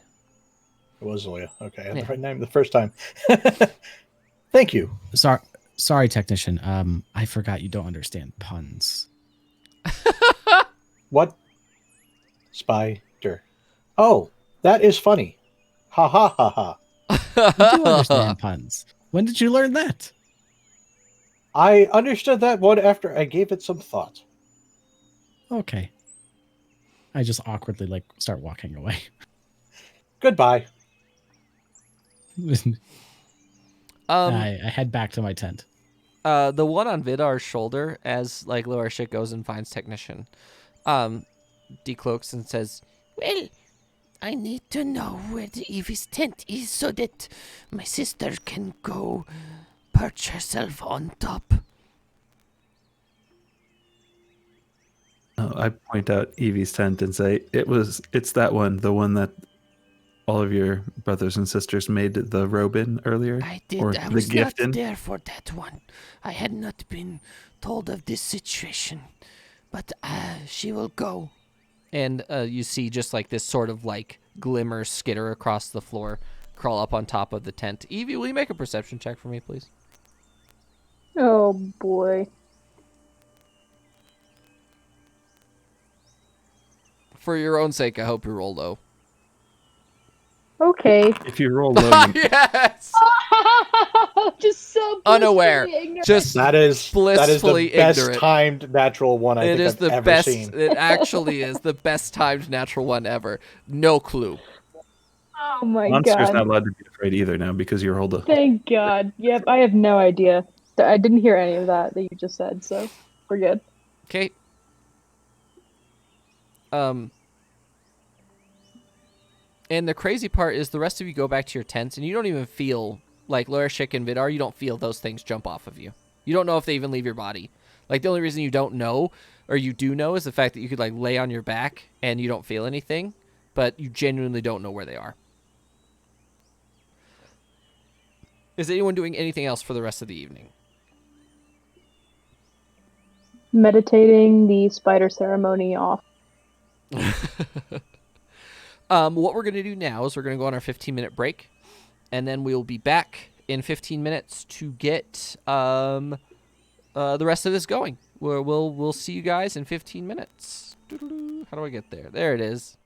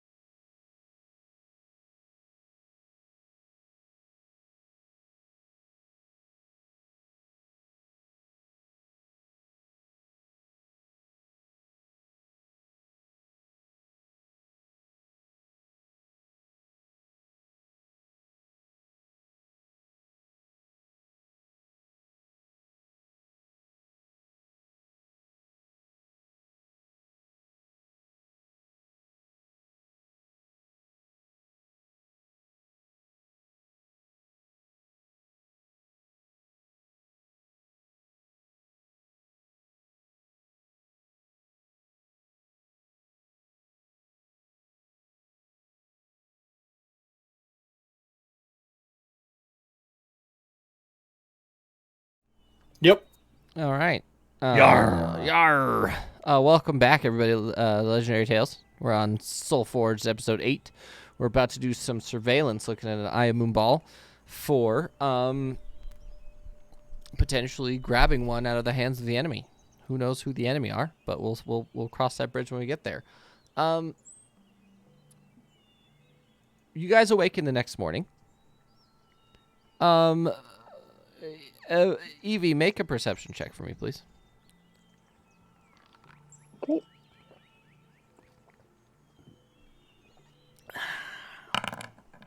Okay. You get out of your tent, and you're sort of stretching and looking around, and you look up on top of your tent, and you see like a...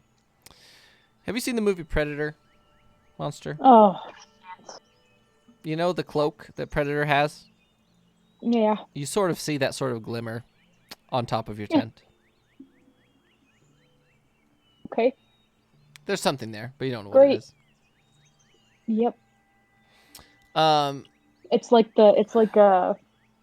like see through, but like it like is like you're looking through glass a little bit, but in the Yep. shape of something. Yep. Yeah. Vidar and Technician, there's nothing on your side tables. You guys are awake for the majority of the things, and nothing happened at all.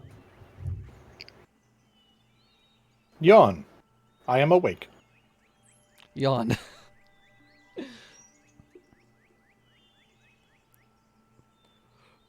There was an attempt. Lorishik and Vidar, are you guys doing anything? Ivy, are you doing anything? You're eating? Okay. You guys get up, and as soon as you leave your tents, Casimir runs by and says, "Good morning." Good morning. Are we Good getting ready to morning. go? Yes, I am ready when you are. And Casimir is currently wearing no shirt. He has a vest that he pulls over him with like wool on, like sort of like an old school jacket that has like the big fur lining on the top of it. He has it pulled down, and his entire upper torso is now covered in an intricate sort of like crazy Celtic style or Viking style tattoo. Casimir, you said we must make an attempt to cover our bodies as much as possible. I see you have done this with tattoos. Yes, I know I said that, but I was feeling creative. So I do not mean to cramp your style, but you should probably be wearing more shirt than that. I will when we get there. Okay. It's very Sun's itchy. out, guns out. It's very itchy. Okay? Don't Have you talked to the spider? Sorry, what are they called? That race? Absalorn or the Death Whispers? Have you talked to the was it the Absalorn? Death Singer? I don't remember I don't remember. I don't know. I have my notes. I had my notes. I don't know where I put them. If you find your clothes itchy, you should probably talk to the Absalorn because they make some quality materials if you can endure how they do it. Evie, on your shoulder you hear, "Yes, we very much do make them very comfortable." I jump immediately and like look around. Nothing. There's having, like, nothing. A little bit of a flashback to the most recent combat where I heard a voice in my ear, but a different guy. And then at that point, I started like just going mad shit on some guys with, I don't know if it's Fireball or Chaos Belt or what. Yeah, But, there's now nothing. I'm There's just kind of nothing wondering there. if I'm going crazy. Sorry, can Rep Rap do a perception check to see if he notices Evie giving herself whiplash? Sure. Okay.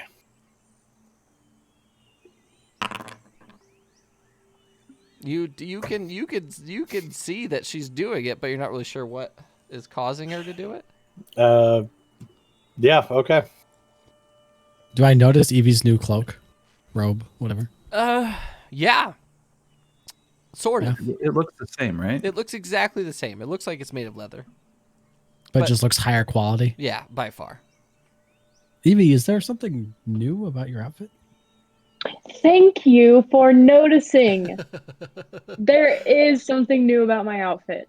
It's exactly like my old cloak in every single way, except it's more protective and lighter. Well, that's incredibly nice. Who gave Upgrades. it to you? I don't want to talk about it, and then just kind of like shift the cloak around and walk away dramatically. Is that a sachet or like a stomp? Yui, Like a we like a actually sachet. we have to group up so we can use the yeet stone to get where we need to go. Ugh. I reluctantly like drag my feet back with my head down. I put my arm around Evie and like pull her in close to the group. Ugh.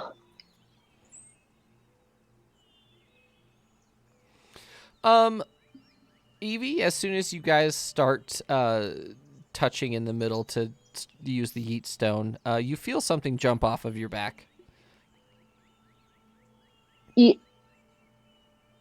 I'm gonna look down and see if I can see what that was.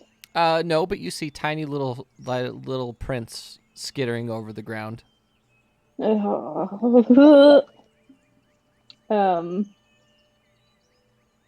I can't really do much with that.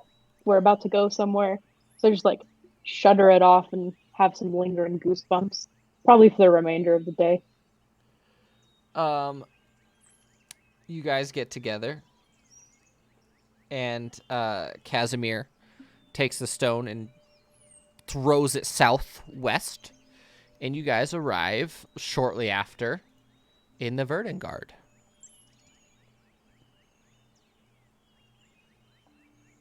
Ding. You're in Fossvog, just north along the river of Fossvog. So here's the big map for everyone who hasn't been here before. This is the most verdant and populous area. And you guys arrive in Fossvog. You've never been here before specifically. I don't think you took the long way around, did you? No, you didn't actually go this far up. You came out south and then you went east. Yeah. This area is extremely humid. It's supposed to be winter time, but it feels more like summer or spring. It's not as cold as spring, but it is also the brand new in the morning. Excuse me. It's actually a little bit earlier here because the sun has not quite reached this area. So it's not quite light out yet. You arrive just before dawn. You arrive just next to the river. You can hear the sounds of the river. Everyone make a perception check, please.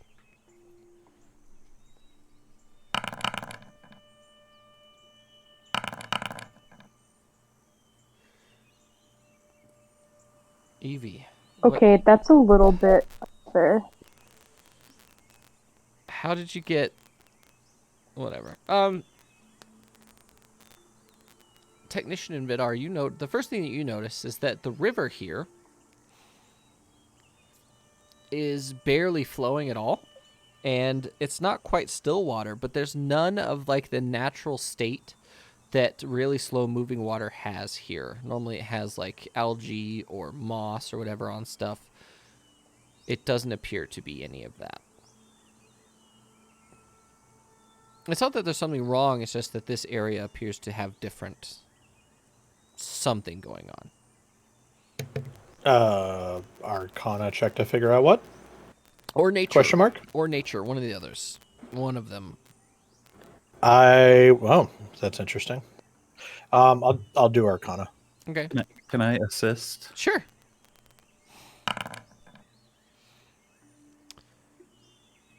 There's definitely something going on here specifically.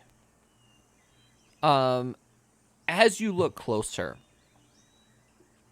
you as yourself can detect, and you sort of have a sense or feeling that this water has trace bits of temper in it, or this stream specifically. Vidar, this water has trace bits of time. I relay that to the rest of the party. Literally can't think of another way to put that. Like you can Yeah. sort of feel it, or it's just sort of like this strange like thing that you can see that like why is there nothing growing? Well, temper is the raw energy of magic and life. So, and it's sort of the essence of undeath as like an idea. So why would stuff grow in the water if it was there? So it's sort of filtering the temper in the water is filtering the water to make sure stuff can't grow into it. The temper in the water appears to be filtering the water, and seepage into the local ground is probably affecting the rest of this area. And just as you're saying that, you look around, and it's true. There's no grass out to a significant distance, like 15 feet out. It's all just dirt.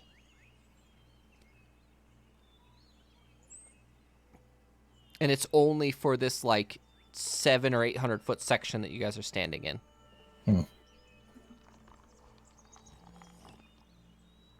I wonder if it's something in the water or something beneath the water causing this. The rest of the party is here too, right? Yep, They haven't absolutely. noticed. Okay. They're just sort of, you guys, the rest of you are looking around. Oh yeah, I could do a perception check on Casimir. I should do that. I'm apparently still fully shaking in my boots from the spider and didn't notice a damn thing when we got to this place. I would say probably you're a didn't even little notice bit we left. predisposed to thinking about that. Why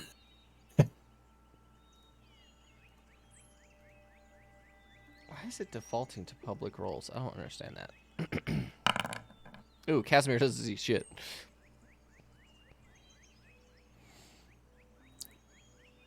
The source of this. Casimir lands. He goes, "Why is it so fucking itchy? Why?" It is like he's like trying so hard not to itch himself. Casimir, the source of this stream is possibly tainted with temper. It would appear as such. I don't know what you want us to do about it. I assume that's why no one comes near here. I mean, if you look at the ground, no one has even walked in this area for a long time. I think we actually missed where we were supposed to land by a significant distance, and it would make sense as to why. You believe the temper in this area has thrown off our traveling mechanism. Yeah, it could have. I mean, that would make sense as to why we did not show where we were supposed to. We're supposed to be much farther south than here. We were supposed to be closer to the city or past the city? More supposed to be close to it, yes. At the edge of the lake, not this fucking river. We should head for the lake then. We need to do that right now. I don't know if we have time to sit here. Lorshik, Evie, let's head south. I start waddling south. Who has their disguise on? I think I always do. Yeah, well, you always Yeah. have your disguise on, yes. But I'm asking for the rest of you. Have you triggered your disguise this morning?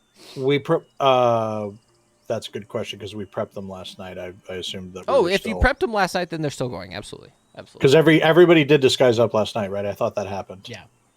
Okay. So yeah, I think everybody's still in disguise from the night before. Oh, absolutely.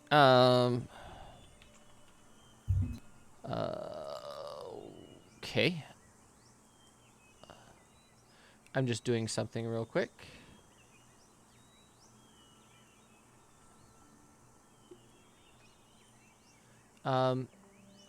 I am adding to each of your character sheets in D&D Beyond 10 healing potions because you'd have been given healing potions before the mission. So you actually have them now. Foreshadowing. Nice. No, it's because I literally just remembered That we keep having that problem. that we keep having the issue of, oh, I had healing potions, but I no longer have healing potions. Well, no, you have healing potions now. Well, if, butthole was a slot for backpack inventory, then you'd see where my healing potions have been. Oh, in your cloaca? Keistered. Prison yeah. wallet. Actually, yeah. Can you keister if all you have is a cloaca? I'm not that good at organic biology. Like rep isn't either. So this is a serious question. Kind of more like sounding at that point, isn't it? I don't know. That depends. Snakes don't have cloacas, so they do, but they're not the same. So, But Where am I? What is happening? well, you'll know why I did research on snakes in a bit. we're talking about cloacas. That's what's happening. You guys follow the river, and the rest of the river appears to be perfectly normal. The stream actually speeds up significantly as you come this way, because the river is actually flowing from south to north because of high elevation to low elevation, and that river specifically flows that direction. As you get closer to Fossfog, you're noticing more and more like cabins and sort of homes that have been built on the edge of the river, purely because it's a water source. And it takes you about an hour or two to get to Fossfog. So by the time you get there, the sun has finally caught up to where it was when you were in Noachergut. And everyone, as soon as you get to the edge of Fossfog, make a perception check for me, please. Perception checks all day. Oh, go, Casimir.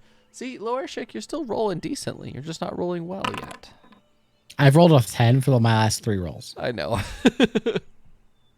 Technically a 6 plus 4. Could you not? Like, just shut up.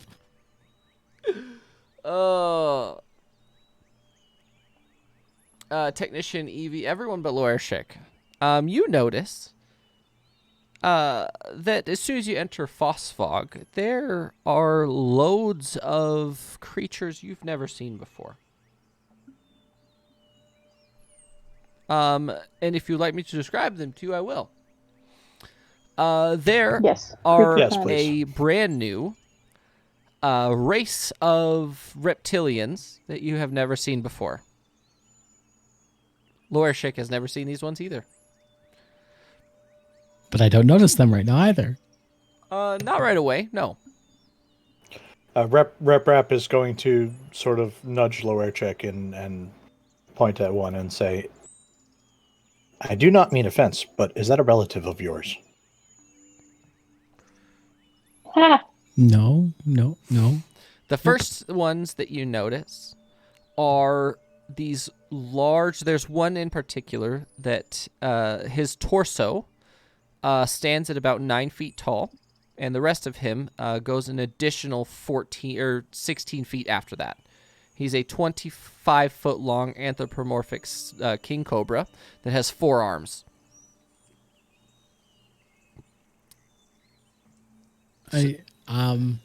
That is large. It is, and it's far away, but it's still huge, right? It is currently on each side of it are 2 Medusas. And in addition to that, behind those Medusas, there are these large anthropomorphic crocodiles that are dressed. All of them are dressed in this shiny brass armor that has been inlaid with green enamel. And the majority of them have black scales with yellow underscales. Hey, Casimir, what the fuck?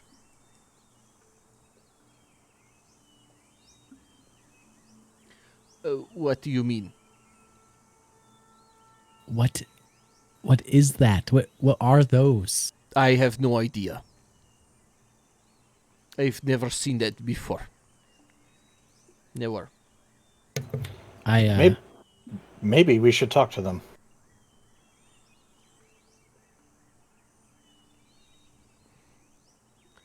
As soon as you guys... So are you guys going to keep walking that direction or no?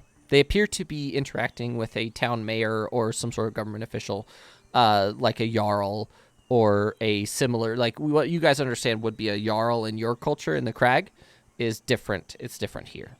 It'd be like a mayor or a governor. Okay. I open my bag. Oh, for Callum? Yes. What the actual fuck is that? I've never seen that before. Not in a million fucking years. Never.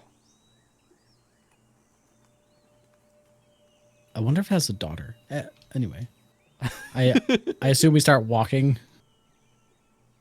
towards this thing at this Okay. point. I lean into Casimir and ask, do we happen to know who it is that we're looking for on either side of this potential transaction? They were described to me as drow or dark elves. We're looking for dark elves specifically. These are not dark elves. No, they are not. This is new. And I think that the guy should report this back as soon as we have a chance. And he's like nudging him, like nodding at Loershik, like this one. What time of day is it? Early morning. I Just after don't dawn. think it's wise to use our sending stone this early in the day. No, I'm just saying that this evening, that should be the first thing you say. Big It has fucking been snake. noted. That's all I'm saying, okay? Casimir, it seems like you might have an aversion to snakes. Just thinking was about gonna- it anatomically, okay? A large snake could eat you and I. A fucking huge snake could eat all of us. That's all. I'm just That is- thinking... That is unfortunate. Most of us are crispy and taste good with ketchup, but I am yeah. not. Oh, true. And he sort Big of... things also tend to move slower, and I'd probably be more afraid of those alligators.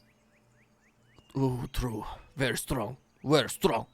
But let's move past.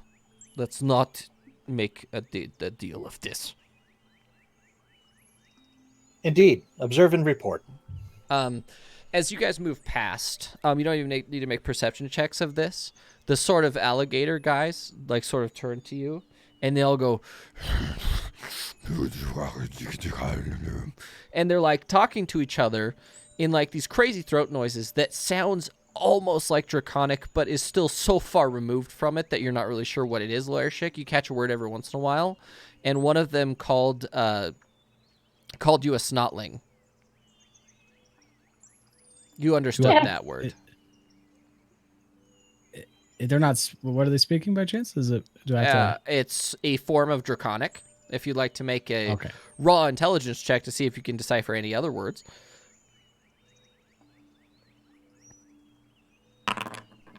Oh shit.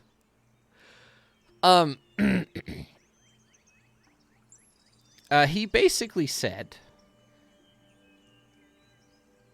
if anyone in my warband came out that small, I would have murdered them on the spot.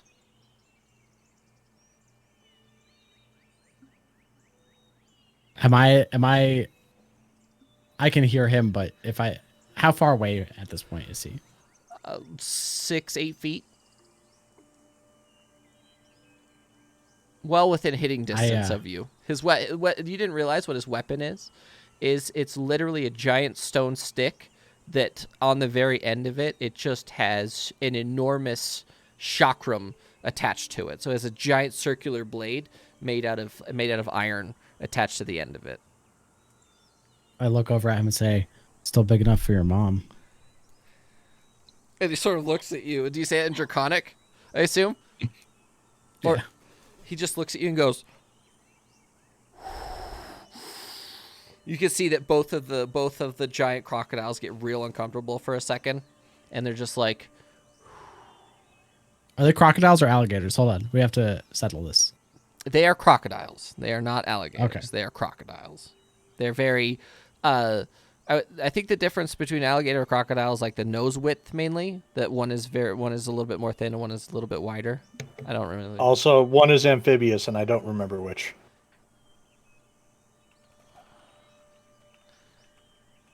I have to Google it to give you a proper answer because they are amphibious. Yeah. Guys, I did a ton of research on snakes. I did actually. Oh no. No other animals, just snakes. Crocodiles, alligators, tortoises. Yeah, all of them are reptiles, not Oh, my. amphibians. But these. And he left the snakes research learning that did. cobras have 4 arms. Yeah, that's true. But these specific giant crocodiles do appear to have gills or some sort of water-breathing organ. I accidentally forced a retcon just now, didn't I? No, I did have it in my notes that they could breathe, but I didn't know that alligators and crocodiles were reptiles and not amphibians. Okay. That was my bad. I didn't know that there was that big of a difference, but turns out I was wrong. So...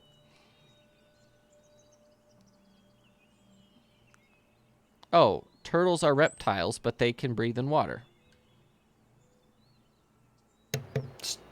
Doesn't. But, Okay, whatever. okay, yeah. Okay, so that just... Never mind. Nature's weird, folks. Yeah, there's an exception to every rule, apparently. Everybody just found out we failed a nature check like 20 years ago. This is what Yeah, happened. Sure. Yeah. But either way, these are like 12-foot tall crocodile men that can apparently breathe underwater. And by the way, for equipment, the 4-armed snake is he's wielding 2 tower shields and a greatsword.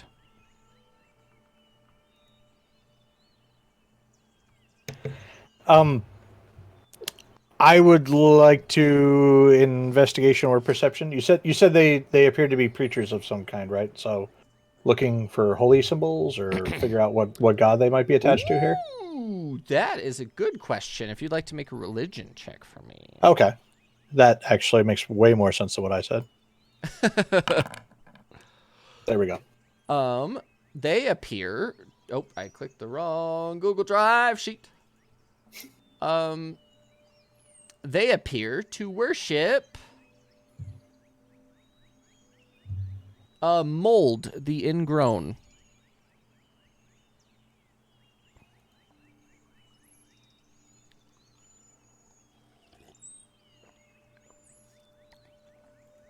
Sick. Some sort of disease god. Okay. Rip Rap's going to turn to the rest of the party and say, I believe they are followers of Mold, a disease lord. So Rep at this point is speaking in normal rap tone 6 feet away from them, just announcing. Okay. I said anything they would probably tell you themselves. If they're And as soon as you say that, the giant snake turns and looks at you.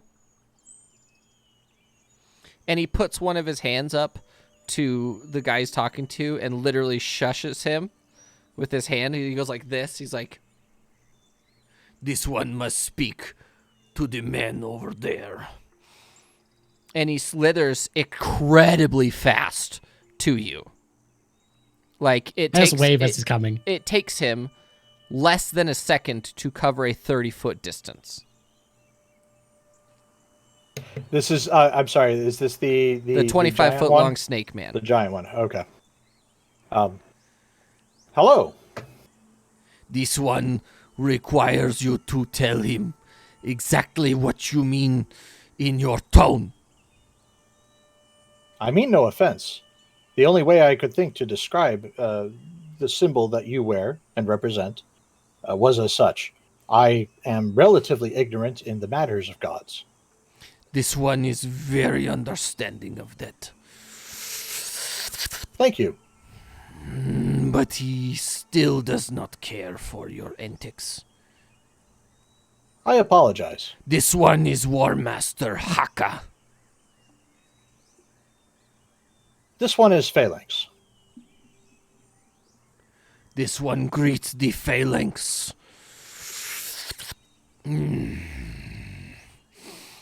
What does this one eat?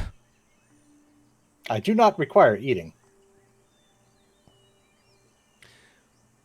Well, this one sends his regard from the Wayag Algbo settlement far to the north. Loershik, that name rings a bell to you. Should I do a history check or something? You should. With advantage, please. Oh, okay. Hold on. I'll delete it. I got you. Advantage, please. Even with the 15, you know that is a settlement that's far north under the Warband territory, and it's referred to as the Poison Well in Draconic. So it's a culture you've never met before. I'm just familiar with it. Yep, you've heard of it, but you didn't know anything about it. This one has spawned his mates to come this way to negotiate for natural resources. In Draconic, I say, he's Chief Master? What was his title? Warmaster. Warmaster. Warmaster Haka. I am Loershik. What are you looking for exactly? What made you come so far south? This one greets the Loershik. Where does he reside? Where is his origin? I'm still speaking in Draconic at this point, I assuming he can understand me. Mm-hmm. I hail from the crag, and Dahakoan then. They reside from Dahakoan. Yes. This Are you one familiar? greets you as the family would. Welcome from this brood to theirs. And he's saying all of same this to in you. Draconic as well, by the way. I take out one of my cards and hand it to, I assume he has some helper at this point. standing One of near the him. Medusas sort of slithers over to you, and she takes it from you and sort of reads it and then whispers it into his ear. So they are that one. Greetings. I just nod. And he sort of bows like halfway down to you, and the rest of them sort of bow in front of you. They greet him with much honor then. Is there any way we can be of service? And I switch over to common at this point. This one is looking for his brood. His son left the brood in search of honor. This one fears his son has gotten into much trouble.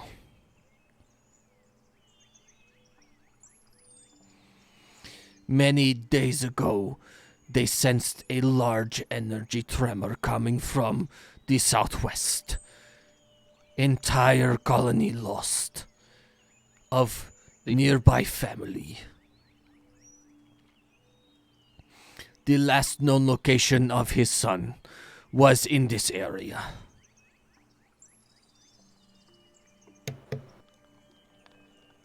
Your pardon. Would you say that would have been in the area of Nilhund? This one does not know of the above ground faction names. A large island in the southwest.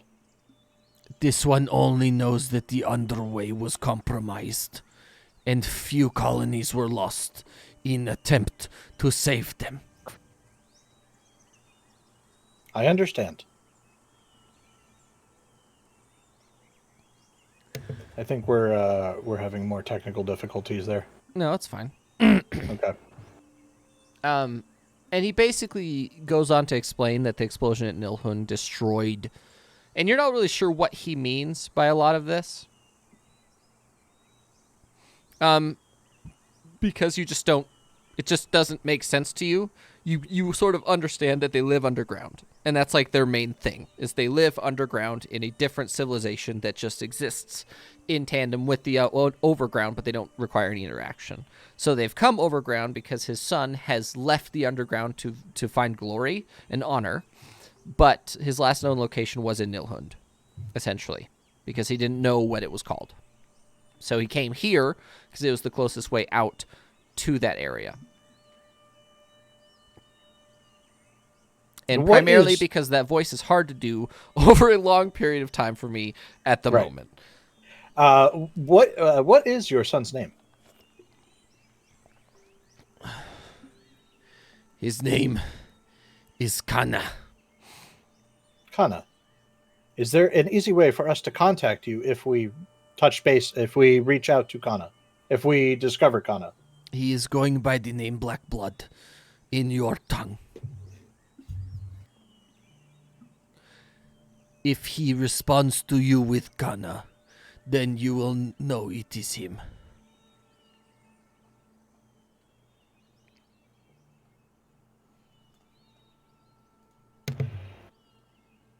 Is there a way for us to contact you?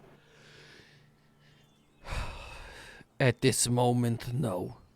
The only way for them to contact him is by meeting here at a prescribed date and time. This one will be here every 10 moons. We will relay this to Kana if we come across Kana. This one hopes for his safe return. There is great reward in returning this one's son to him.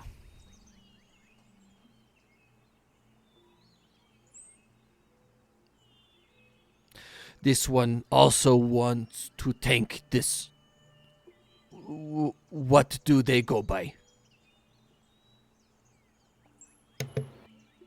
Sorry, who is Haka referring to? You. Phalanx. This one does not understand.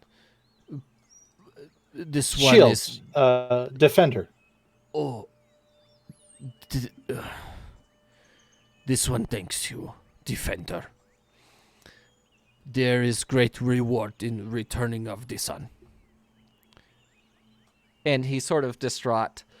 The creatures that reside here have been worthless up until this point in assisting the Warmaster.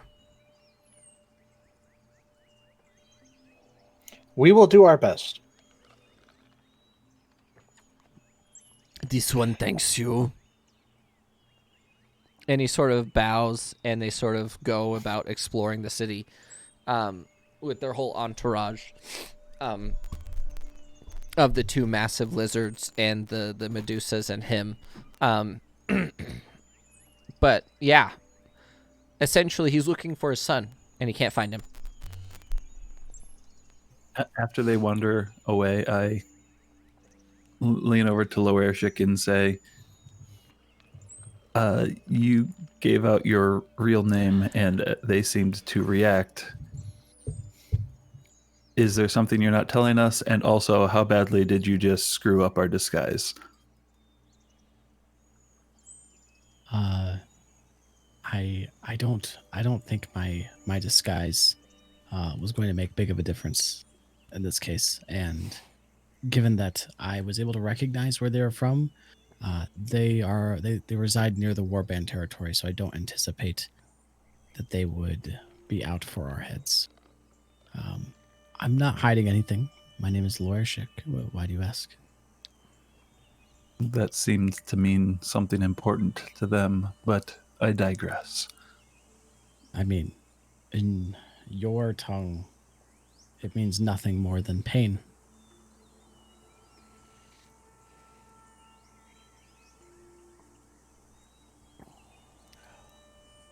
I'm gonna like widen my eyes and kind of walk away from the situation, noticing that Vidar's just kind of royally fucked up.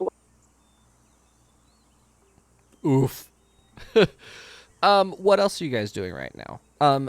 All of you would like to go looking for the people you're supposed to be trying to find, what would you like to do? You've successfully made it to the edge of Phosphog, and the lizard party is like sort of walking along with the mayor governor guy, who appears to be a human, but he's rotund, and he does not seem to take care of himself. He appears to have trouble walking. He appears to be in his late 60s. No, when I say rotund, I mean like this dude weighs like 300 pounds, 350 pounds. I'm in this picture and I don't like it. And he has a cane, and he has nothing but gray hair, and he does not take care of himself at all. And his name If is we were not to Jacob. trip him, He's fine. if we were to trip him, would he roll on his own? He would, 100%. What's her name? Violet from Charlie and the Chocolate Factory after she turns into a blueberry? Violet Beauregard. Yeah. Violet Beauregard after she turns into a blueberry. That kind of rotund. Not like normal people rotund.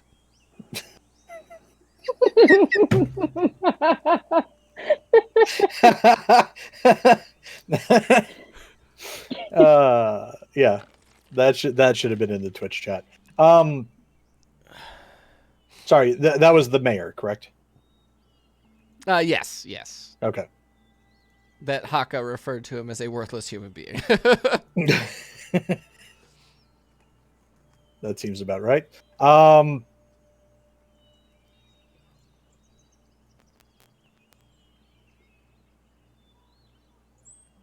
What are you guys doing? Meta here. I kind of feel like maybe we should talk to the mayor and. Oh, okay. Mayors probably corrupt because almost all mayors are corrupt, and so if there's a black market, he knows about it and where to find it. Possibly. Sure. Oh my god! No, come on. You know where I live.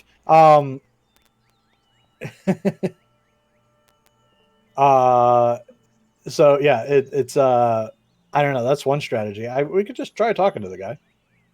Let's see what he knows about anything. Sure. He's currently attempting to walk side by side with Haka, his Medusas, and the giant crocodiles.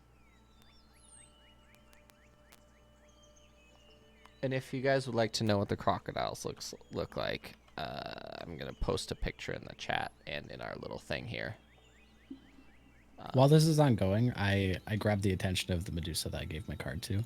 Okay. And ask her in Draconic, if that's all right. I would like to keep my identity on the down low. If you wouldn't mind just keeping it between you and the Warmaster, that would be greatly appreciated. She just sort of like bows to you, and all the snakes like on her head literally bow at the same time. They sort of have their own like little shake that they do. It's actually quite adorable. Cool. So that's in our chat.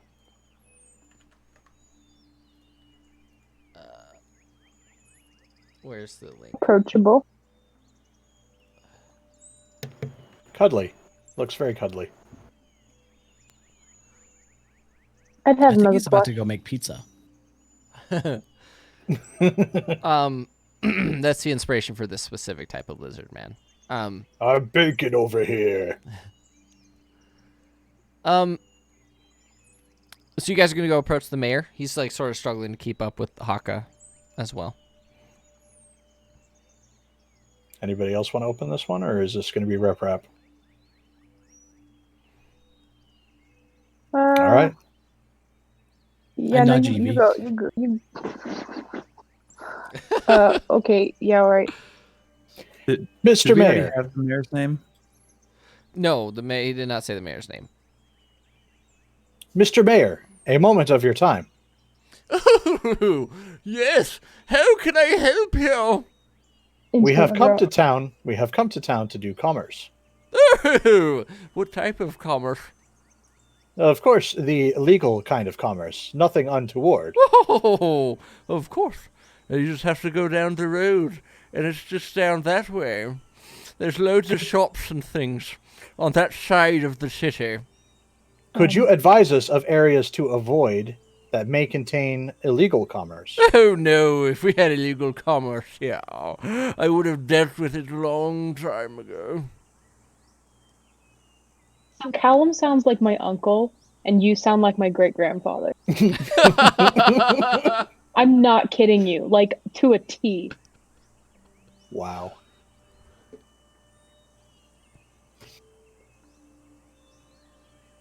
Please, Mr. Mayor. Maybe I am not making myself entirely clear. Rep Rap's going to take 3 gold out of his bag and sleight of hand them into the mayor's hand. Sure. Okay. You sleight of hand them into his hand, and he goes, "Oh, that kind of commerce, I see." I am merely trying to avoid any trouble with Oh, ruffians. that makes sense. The places you don't want to go.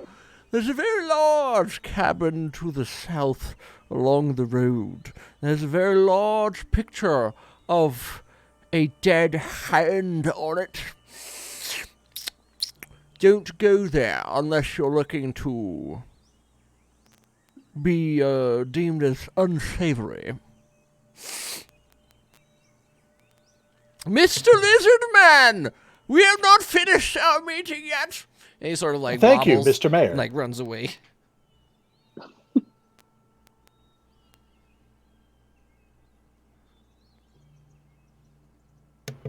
Rep Rap is going to go back to the rest of the party and say, "There's a cavern along the south of the road. It contains what was described as a dead hand. I assume either a skeleton hand, a zombified hand, or some other form of symbol along those lines. It is a very likely place that we would find nefarious commerce there."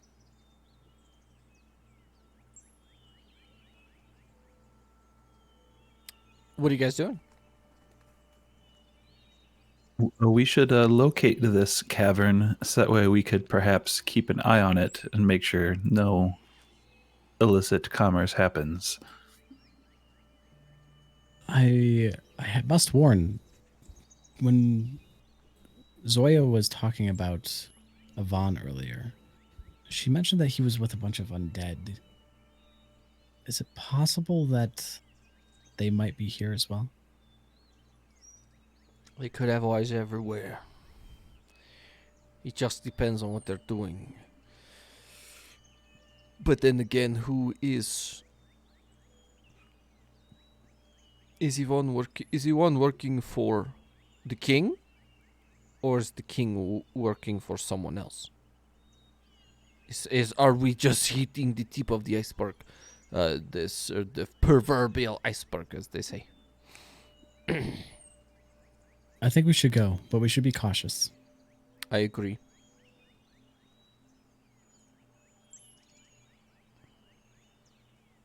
I concur. start walking south. Okay. You guys make your way. Are you going through the town, or are you going to avoid going through the town specifically? Because you're just on the edge of it right now. Is the Warmaster going to come with us, or is No, he going he's off off on his own. I think we should avoid sorry, people. real quick, because you had a glitch during that. Do you need to catch up on what happened with the Warmaster? He lost his son. He's looking for his son, and I don't know why he's talking to the mayor. Also, his son's last location was in Nilhund. Nilhund.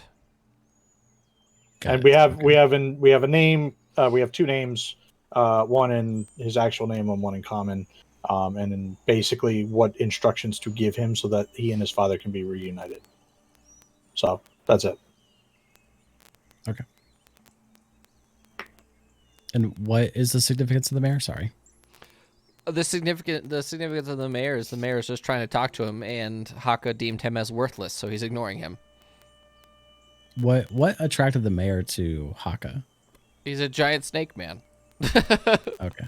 He's got an entourage. He looks like he has money. That's what it is. Oh no, Haka absolutely has money. You know that. I know he has money. I'm saying the mayor looks at him and says that dude has cash. I'm gonna go talk to that dude. Campaign contributions, whatnot. I feel as though we should head straight to the cavern and avoid the town. Allow Haka to take all the attention while we just get to where we need to go.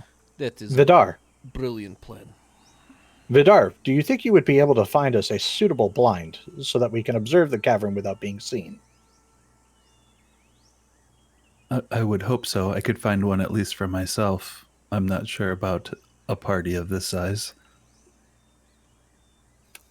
I can make a best That's attempt. fair. That is fair. Yes, we should head that way. So you guys make your way around the city trying to avoid everybody. And you do realize that Haka is basically getting everybody in the city to go look at him essentially just by existing. Because no one's ever seen it.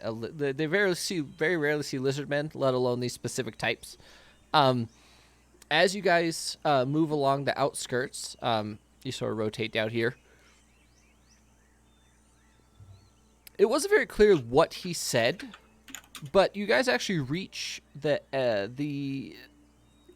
he said tavern, not cavern. As soon as you get to the south end of the town, just off the trail, about I want to say a half mile down, there's a very large wooden cabin that make a nature check real quick for me. Just to see if Everybody, or everybody, just to see if you happen to know what is happening here. Uh-oh. There they go. Well, what? We lost a monster. Yep. Oh. Never mind. Wait, She's can you- back. Are we good? We're Okay. good. Yep. Sorry, my computer just like melted. You were like talking and it sounded like you had a strange voice thing on, and I left it going for a second because I thought you were doing a voice, and then I was like, oh no, my computer is melting. Uh-oh, this is not good.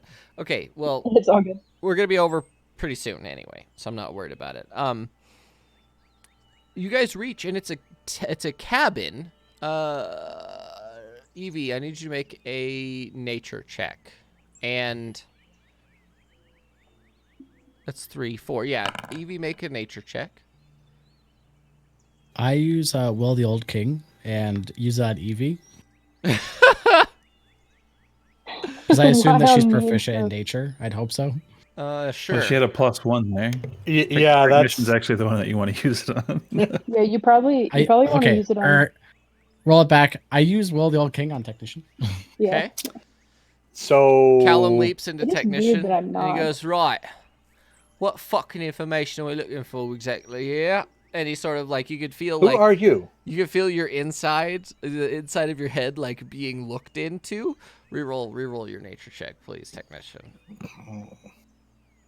I do not like being possessed. Oh, Yeah, Again. don't possess my ass. again. No. Okay, god damn it. Okay. You get it. It was not that hard. You guys were off by 1 point. You just need a 13. He goes, right. Those fucks are bootlegging. And you stop glowing red, and you like sort of jumps out of you, and you're like, you asked who are you, and there's no response. Them boys be bootlegging. And Vidar turns around and goes, you know all of us. I you okay, seem to be technician? having trouble. You don't think that memory disk might have had a virus in it, do you? Is Lord Chick fiddling with his bag or anything right now? no, not at all. But There was an extra voice. They appear to be bootlegging. the whole cabin is black. Like, not painted black. It appears to be naturally black. Because when you're producing whiskey and other alcohols, the vapor turns wood black. And all the trees and everything around this area are black. And surprisingly, it camouflages extremely well when you're this far from the road. And off the very front door, it's just a huge cabin. If you were to put it into square footage, it would probably be between 8,000 and 10,000 square feet. Because it's multiple floors. And on the very entrance, there's a double door with like an 8-foot tall door. And hanging from the very edge of the like cover of the door is a withered hand. It appears to be a human or humanoid hand that's been cut off and dried. This appears to be the spot. They are obviously up to no good with their bootlegging, and that appears to be a dead hand. And when he says that, he sort of points at the shriveled hand.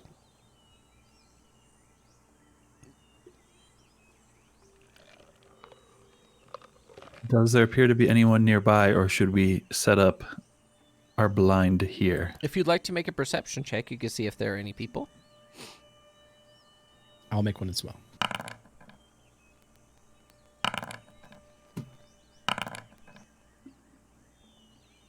Please let Loershik be the only one that does it. Are you there, Yeah. Evie? Are you burning? Yeah, sorry. The VTT is just running on a everything is so slow. I think my computer's reaching its limit is all. No, we're almost done. So I'm gonna go until 3 hours just to make sure everyone's good. I don't want anyone's computers to get burned up. That's the key here. I'm sure it'll be fine. And we'll be in a pretty good place to stop pretty soon anyway. As soon as you guys like Loershik, you're looking around, and you can definitely tell that a branch of Zoya's family lives here. Because all of the trees, along with that like black soot from the bootlegging, all of the leaves and all of the trees within like 100, 200 yards meter radius are just covered in spider webs. You cannot even see the sky. I lean over to Vidar. Hey, notice anything? I'm gesturing up at the sky. Notice anything familiar?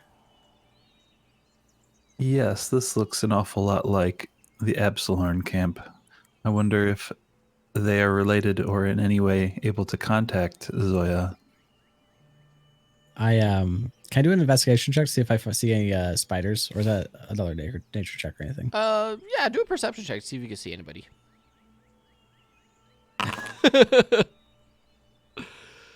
You don't see any spiders, but you see loads of like cocoons and rolled up prey that appear to be human sized.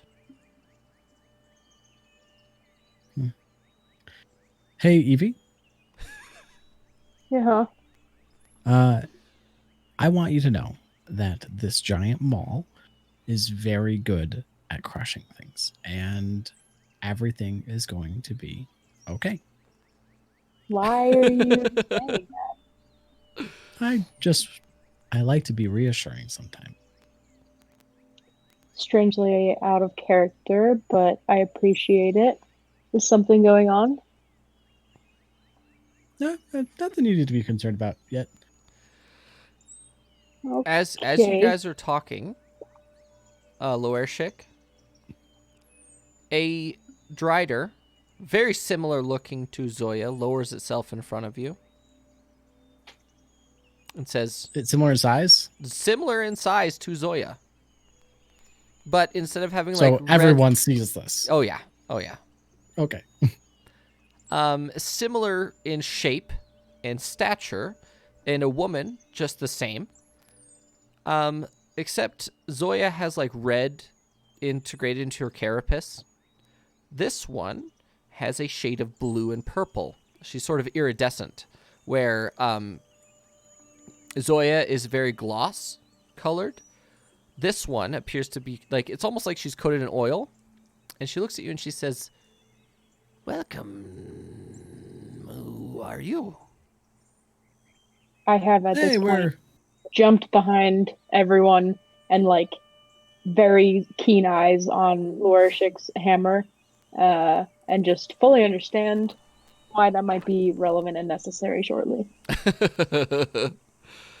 Welcome. Who are you? don't mind her. She's a little afraid of legs, just in general. Understandable. How can I help you?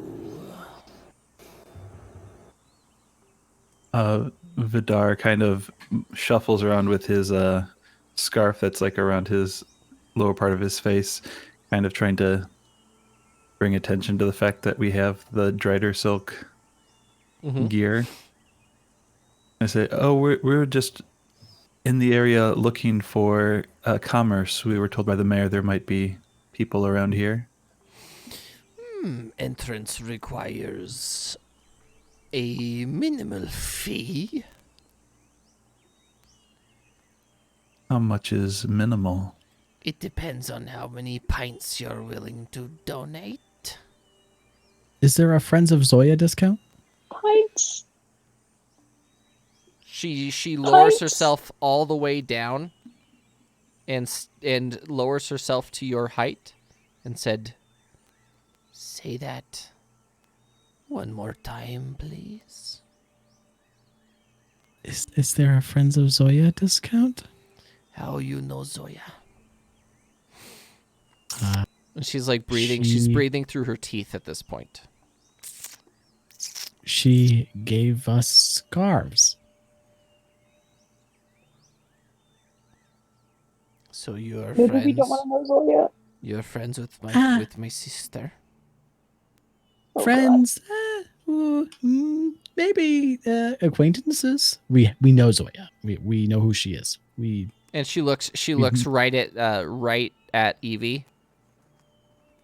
And she scuttles over so quickly. God. And she sort of gets really close and sniffs you. You reek of her. Tell me how you know her. You tell me how you know her. And she literally takes her like super giant clawed fingers and she wraps them around your waist. Tell me right now. We met her at a warband camp, and we just like stuttering and stammering about. I interrupt. Or say, hey, you probably just like Zoya have your own network of children. I'm sure you know where we know Zoya from, right? I do. Are you allies? We aren't in. Her. Are you allies of magic? Of magic? We're no. What? Are you allies of magic? And she squeezes Evie. And Evie, you're not feeling well all of a sudden, as like this inhuman strength begins to really not feel good. I highly recommend you let go of our friend before I have to sever your arm.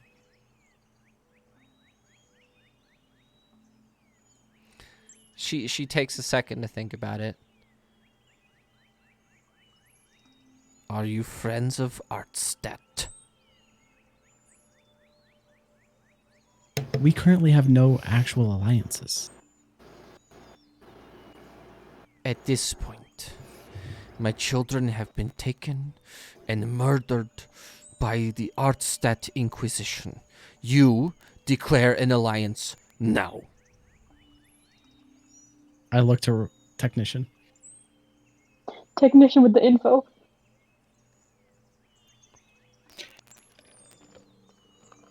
We are merchants. We are here for trade. We do not endorse the killing of magic users. However, we have no alliance with Artstadt. We have no alliance to speak of. But we do offer our condolences for the children that you have lost.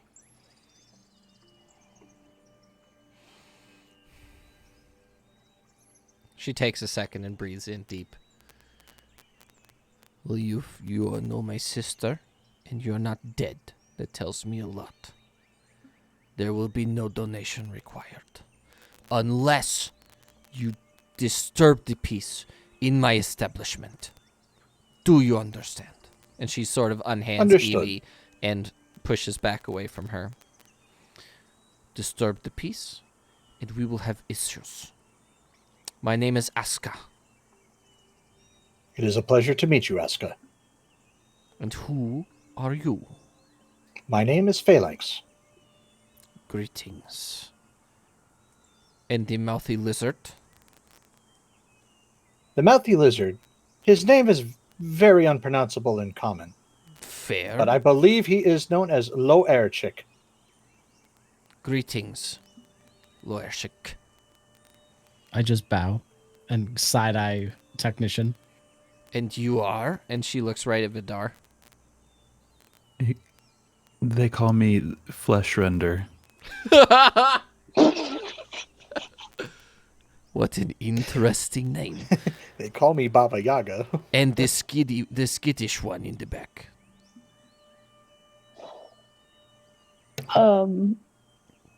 Yeah, I'm not. I can't answer her. I just got crushed. a Her little name bit. is Spider Lover 69. Got some great Nice. friends here. Interesting. She does not love spiders. But It is ironic. luckily, I am not a spider. Is there any symbol or any robes that has or silks that she has that we could recognize her allegiance? Or like, does she have a tattoo that would show She that told us she's her allegiance. I mean, unless she's lying, but nobody did a check. So She just introduces herself as Aska of the Ashen Wood. But we don't see like any tattoos No, or not at all. engravings or anything like that. Nope. And she introduces you to the Dead Man's Hand, which is the establishment which is known for its black market in Phosphog. And that is where we're going to leave this episode of Soulforged, is after meeting Aska of the Ashen Wood. I hope everyone has a great week. I'm sorry for the late thing. I had to get my first jab of the first jab of COVID. So feels good, man. the opposite of that. The opposite of that. What do you mean? You didn't get your first jab of COVID. Oh, yeah, technically, yes and no. I got my first inoculation, the first part of the inoculation for COVID-19. So in 3 weeks, I'll be better off. But, yeah, I hope everyone has a great week. Everyone stay safe. I forgot to do the Patreon thing, so I want to apologize to my Patreon people for that. I hope everyone has a great week, and we should see you next week at the regular time, hopefully, barring any other issues we might have. And it's rumored that we may or may not get my other series at some point as well. They're apparently taking a small break in DPC, so we might be able to do the other ones as well. So I'll let you know in the Discord. If you want to join the Discord, you can. I don't have Twitch chat working, but it's all in the About section of my Twitch page. Everyone have a great week, and we'll see you next time. Bye.